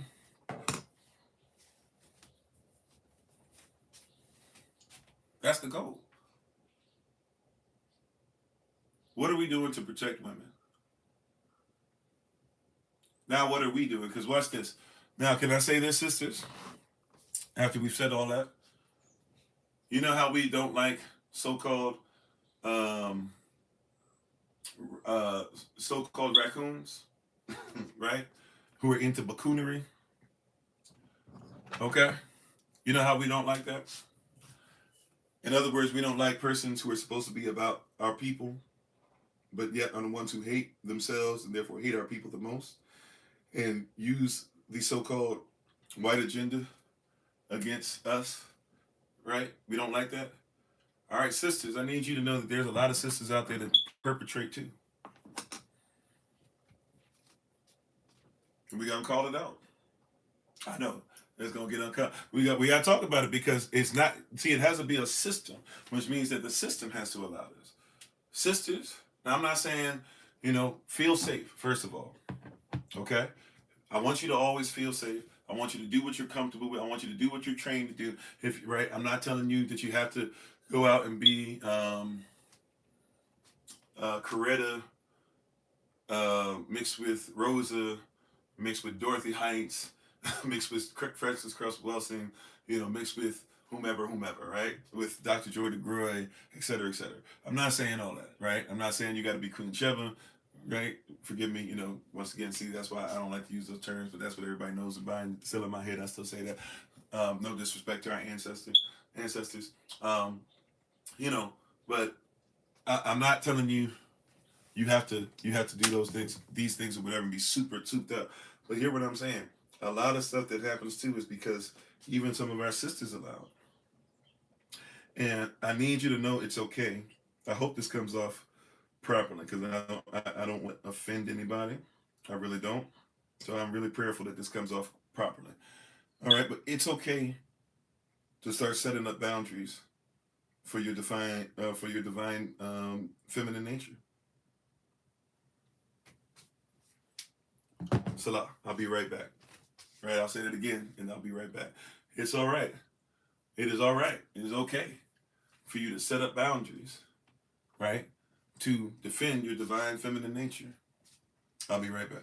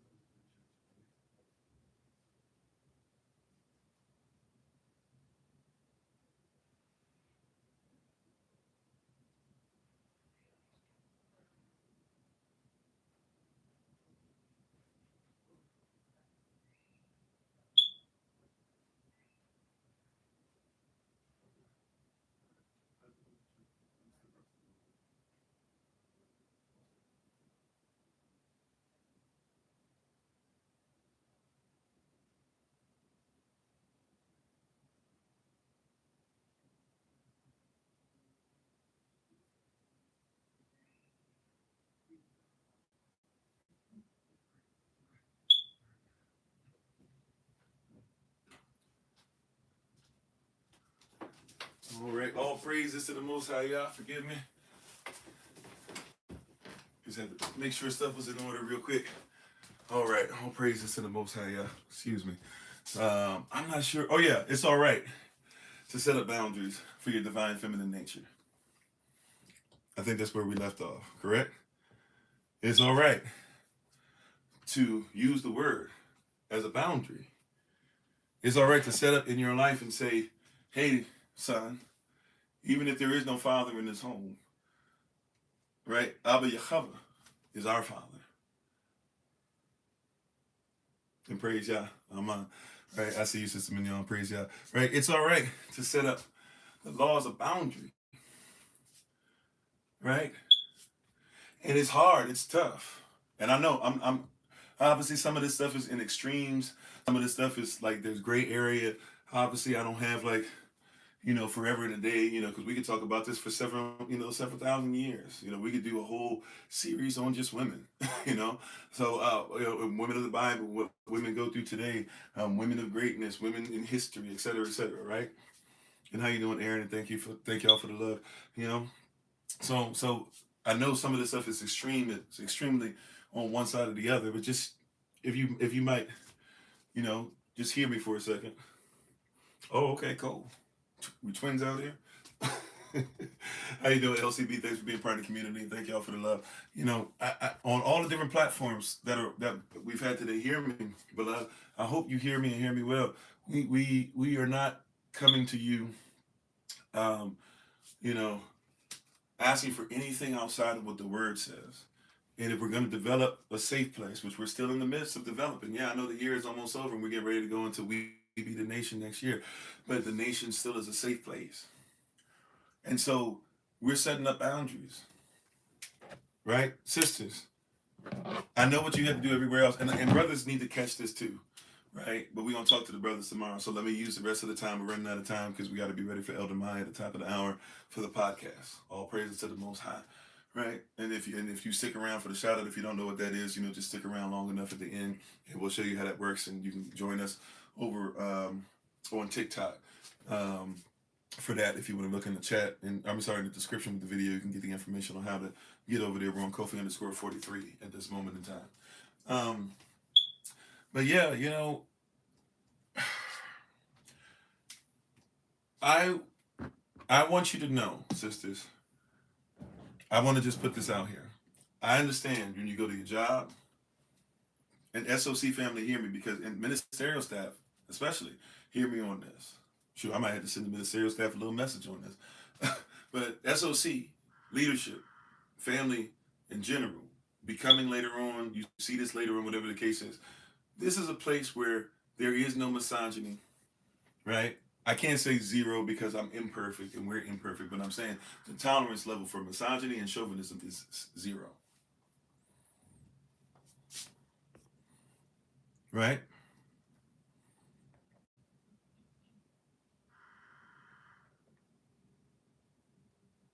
Sorry, I gotta just report somebody real quick and get them off here. Okay. All right. So I want you to know, this, that when you come here, I get it. There's a lot of things you're coming in with. And look, feel it out. Let Holy Spirit lead you. Take your time, sisters. Take your time. We're not forcing anybody into anything. That being said, when you come in, I want you to know that this place is developed for you to not worry about, oh man, everybody hates me because I'm a black woman. Everybody assumes that I'm a white woman, or that I'm like every other white woman, I'm a Karen. Everybody doesn't like me because I'm a woman. They won't promote you. They won't let you speak because you're a woman. They won't let you do anything. I'm here to tell you, look at the evidence. Some of y'all been with us for mad years now. Right? Look at the evidence. Hmm. You hear what I'm saying? Look at the evidence. Try the spirit to see if it's of Elohim, or as we say today, traditionally, that the traditional saying goes, try the spirit by the spirit. Look at the evidence. Have you seen where we hate you because you're a woman?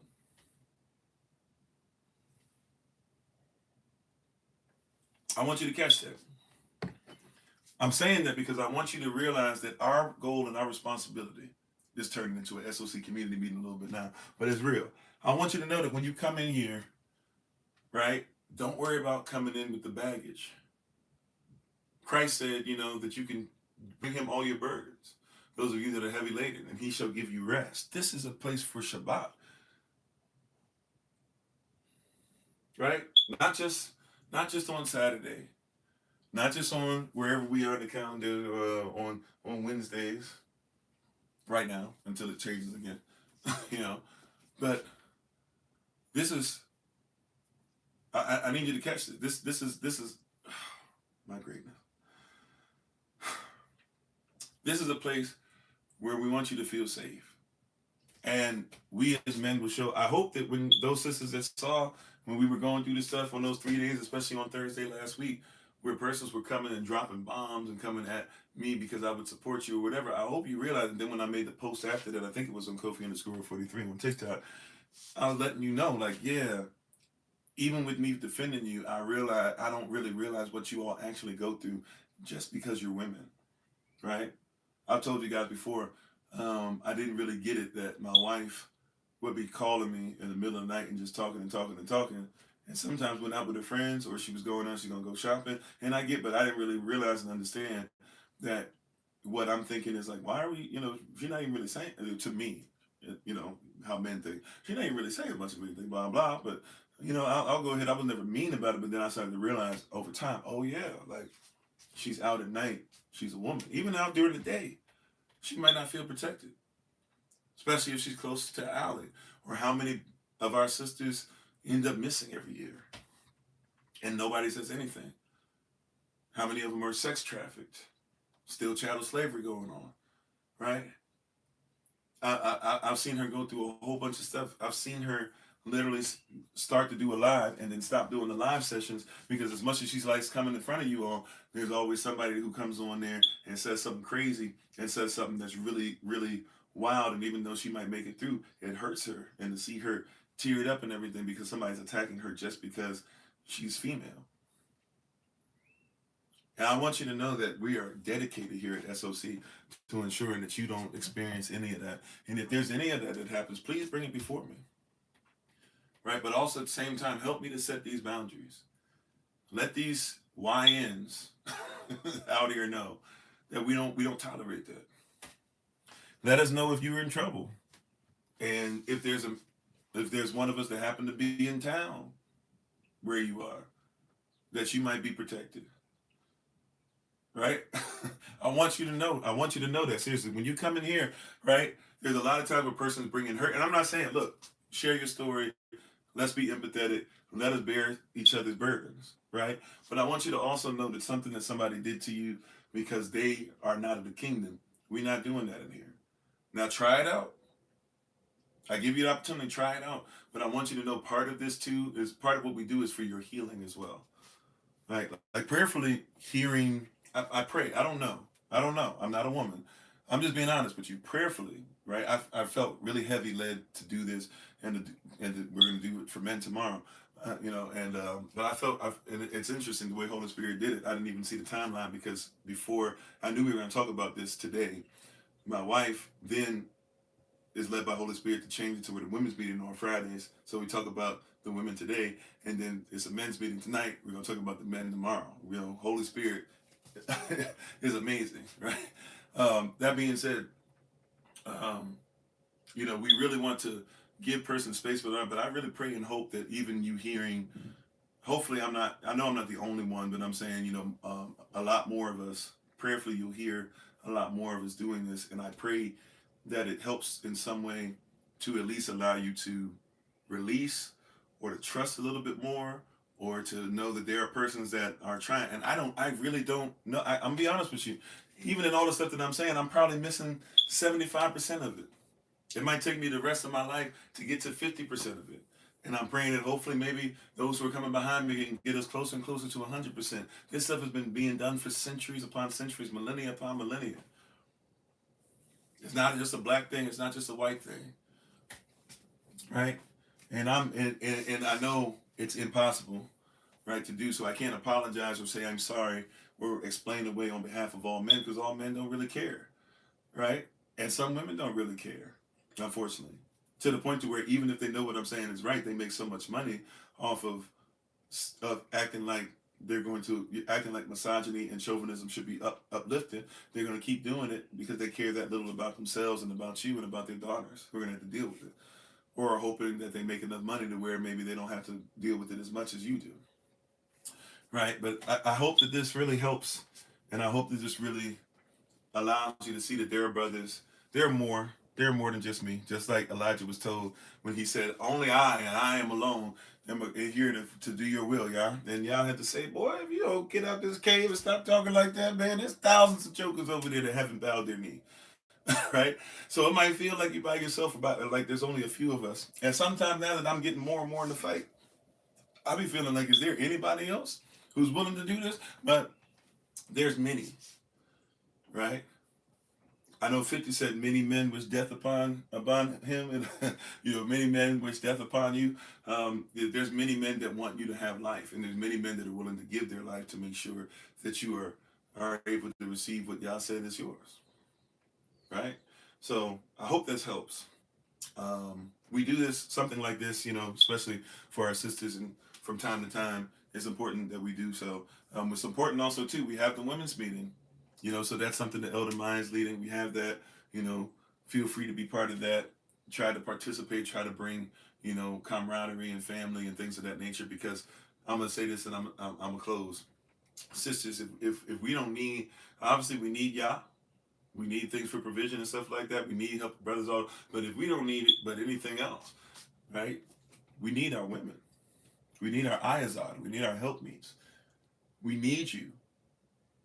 Right, the Bible, when we talk about the virtuous woman, yeah, it talks about she's more precious than rubies, also, and if you know the story, the context of it, it's actually talking about someone who is a malakache, or a female, or is a female royalty, and um, she's saying that you need to as a she's talking to her son and saying you're going to need a wife who's going to uphold you and do this and do that, right? Her husband has died, her son's about to take over, and she's saying you need a wife who's going to do all these different things and for you. And then her question is or because she might, maybe she sees the looks on her son's face, or she's knowing that, hey, it's not going to do this or whatever. And so she says, she asked the question, who can find such a virtuous woman? The word virtus meaning how you represent, right? Who can find a woman that represent like that, right? And the answer, hallelujah, the answer, who can find a woman who represents a virtuous woman, who represents the Most High, who represents her husband, who represents herself, who represents her family?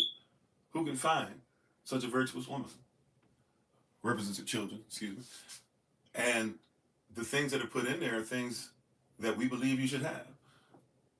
Right? Yes, you make his name great in the streets, but that's because you are great. It's because you speak life. It's because you have a business. It's because you we uplift things. I'm not saying that you have to do these things. For example, I didn't even get a chance to talk about this. The Bible doesn't say that women have to cook. The Bible doesn't say every woman has to clean. We would hope that everybody would learn to cook and clean. But the Bible doesn't say because you are a woman you better cook or clean. That's not our culture, right? So these things are we have to keep those things in mind. But it does say, that it's nice to have a woman that makes clothes. And by the way, if you are a stay-at-home mom, there's nothing wrong with that. As a matter of fact, that's just as honorable, if not more. So I would say anybody who takes care of their family, male or female, that's more honorable than your job. I'm not saying don't go and start your own business. Go get 17 jobs if you want. But I'm just saying don't let somebody make you feel bad because you're doing what the word says and what we're created to do. Hey, you're going to be against women all over the world if you have a baby before 40 years old. What? You're being an Ayazar. You're being a help me. You're being born into the kingdom already means you have more value than just about anybody else. Yes, we already know that King James wrote a book on that. Thank you. That doesn't really move me, but appreciate it. Right? That's not what we're talking about. We're talking about women. Right? And protecting them. Thank you though, right? Persons, even at the end, we gotta do whatever we can to figure out how to take this away from our sisters. So much love to you sisters. I can't speak for every single man to exist in the future or whoever has existed or exists now, but we will do our best to continue to help you out and to get things back on track and to make sure that you feel protected and to hear you out and to empathize and to speak on your behalf and to allow, as we already do, to allow our sisters to speak up for themselves. And sisters who preach, I thank you for stepping out because I know that in and of itself too. If I can just talk to y'all for a hot 20 seconds, I know that you guys go through a lot simply because you've decided to open your mouth and preach the word. And there's a lot of persons that are close to you, a lot of persons who say that they're under you, or a lot of persons who say that they love you and listen to you and that they're there to protect you, that are there to squash anything that you say simply because you're a woman. Keep on pressing. Because if Christ wanted you to preach, and Christ allowed women to preach, and Christ asked for women to preach, then why couldn't he invite you to do the same? All right. So, love you all. I appreciate you. Thanks for joining us. If you came over from Clapper, came over from IG, if you came over from YouTube, or if you're on YouTube, Facebook, TikTok, if you're watching this right now or watching this later on, we thank you so much. We appreciate you. A lot of stuff today, as usually Saturdays are, but a lot of stuff today. We have at the top of the hour in about 8 or 9 minutes now, we'll have our podcast. We'll put the information up on TikTok during the shout out. If you'd like to go ahead and be part of the shout out, come over to TikTok and join us. If you've never been part of the shout out before, you want to know what it's about and how it works, just go ahead and stick around and wait for the music to begin to play. Once the music begins to play, we'll give you that you'll be able to participate. But we're going to have our podcast at the top of the hour. Following that at 11 a.m. New York time. So podcast top of the hour with Elder Maya. 11 a.m. New York time will be Shabbat School for the Babies with Elder Maya. 12:15 p.m. New York time will be on Clapper, and we'll try to be on TikTok on the original Kofi _40 channel. But Clapper will be the main place we'll be, and we'll be starting our watch party. We're gonna watch Birth of a Nation, the early 1900s version, and start to talk about it. And we'll do that for quite a while because that's a really long thing. We're gonna break apart and discuss. At 2 p.m. New York time, we're gonna have our international meeting, get that going back, and then at 7 p.m. New York time, brothers, we're gonna meet up and we're gonna do Q&A. Q&A just for the brothers on Zoom tonight. All right. So if you'd like to participate in that, we'll do some Q&A. We'd love to have you, and love to have you guys be on there. Let's continue to support one another as we always do.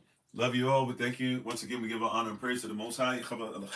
We give our praise and honor to Him for my wife, the Honorable Maya, who lives a life that's able to be honored. To the ministerial staff, moderators, SOC, Lottie Dye, and everybody, those that help us behind the scenes, do paperwork, etc., those who are going through, those who are traveling. Please be careful once again, all the snow and ice and low temperatures and things of that nature. I'm going to be out in it all day again today, too. I'm going to be doing that again tomorrow and the day after that.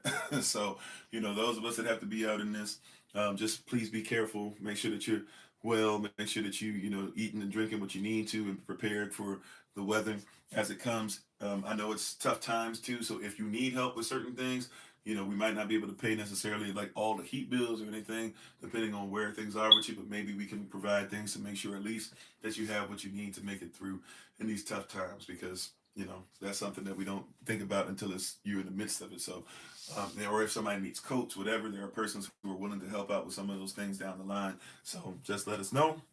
But love y'all. Appreciate you. And as always, remember that you are loved, you are necessary, you are majestic, you're fearfully and wonderfully made, and you, which is all of us working together, will be the reason why people who are in this system no longer have to be of it. Shabbat shalom. Take care. Prayerfully, we'll see you. If we don't see you for the rest of the night, we'll see you tomorrow, 8 a.m. New York time. Ministerial staff, we'll see you for ministerial prayer before then.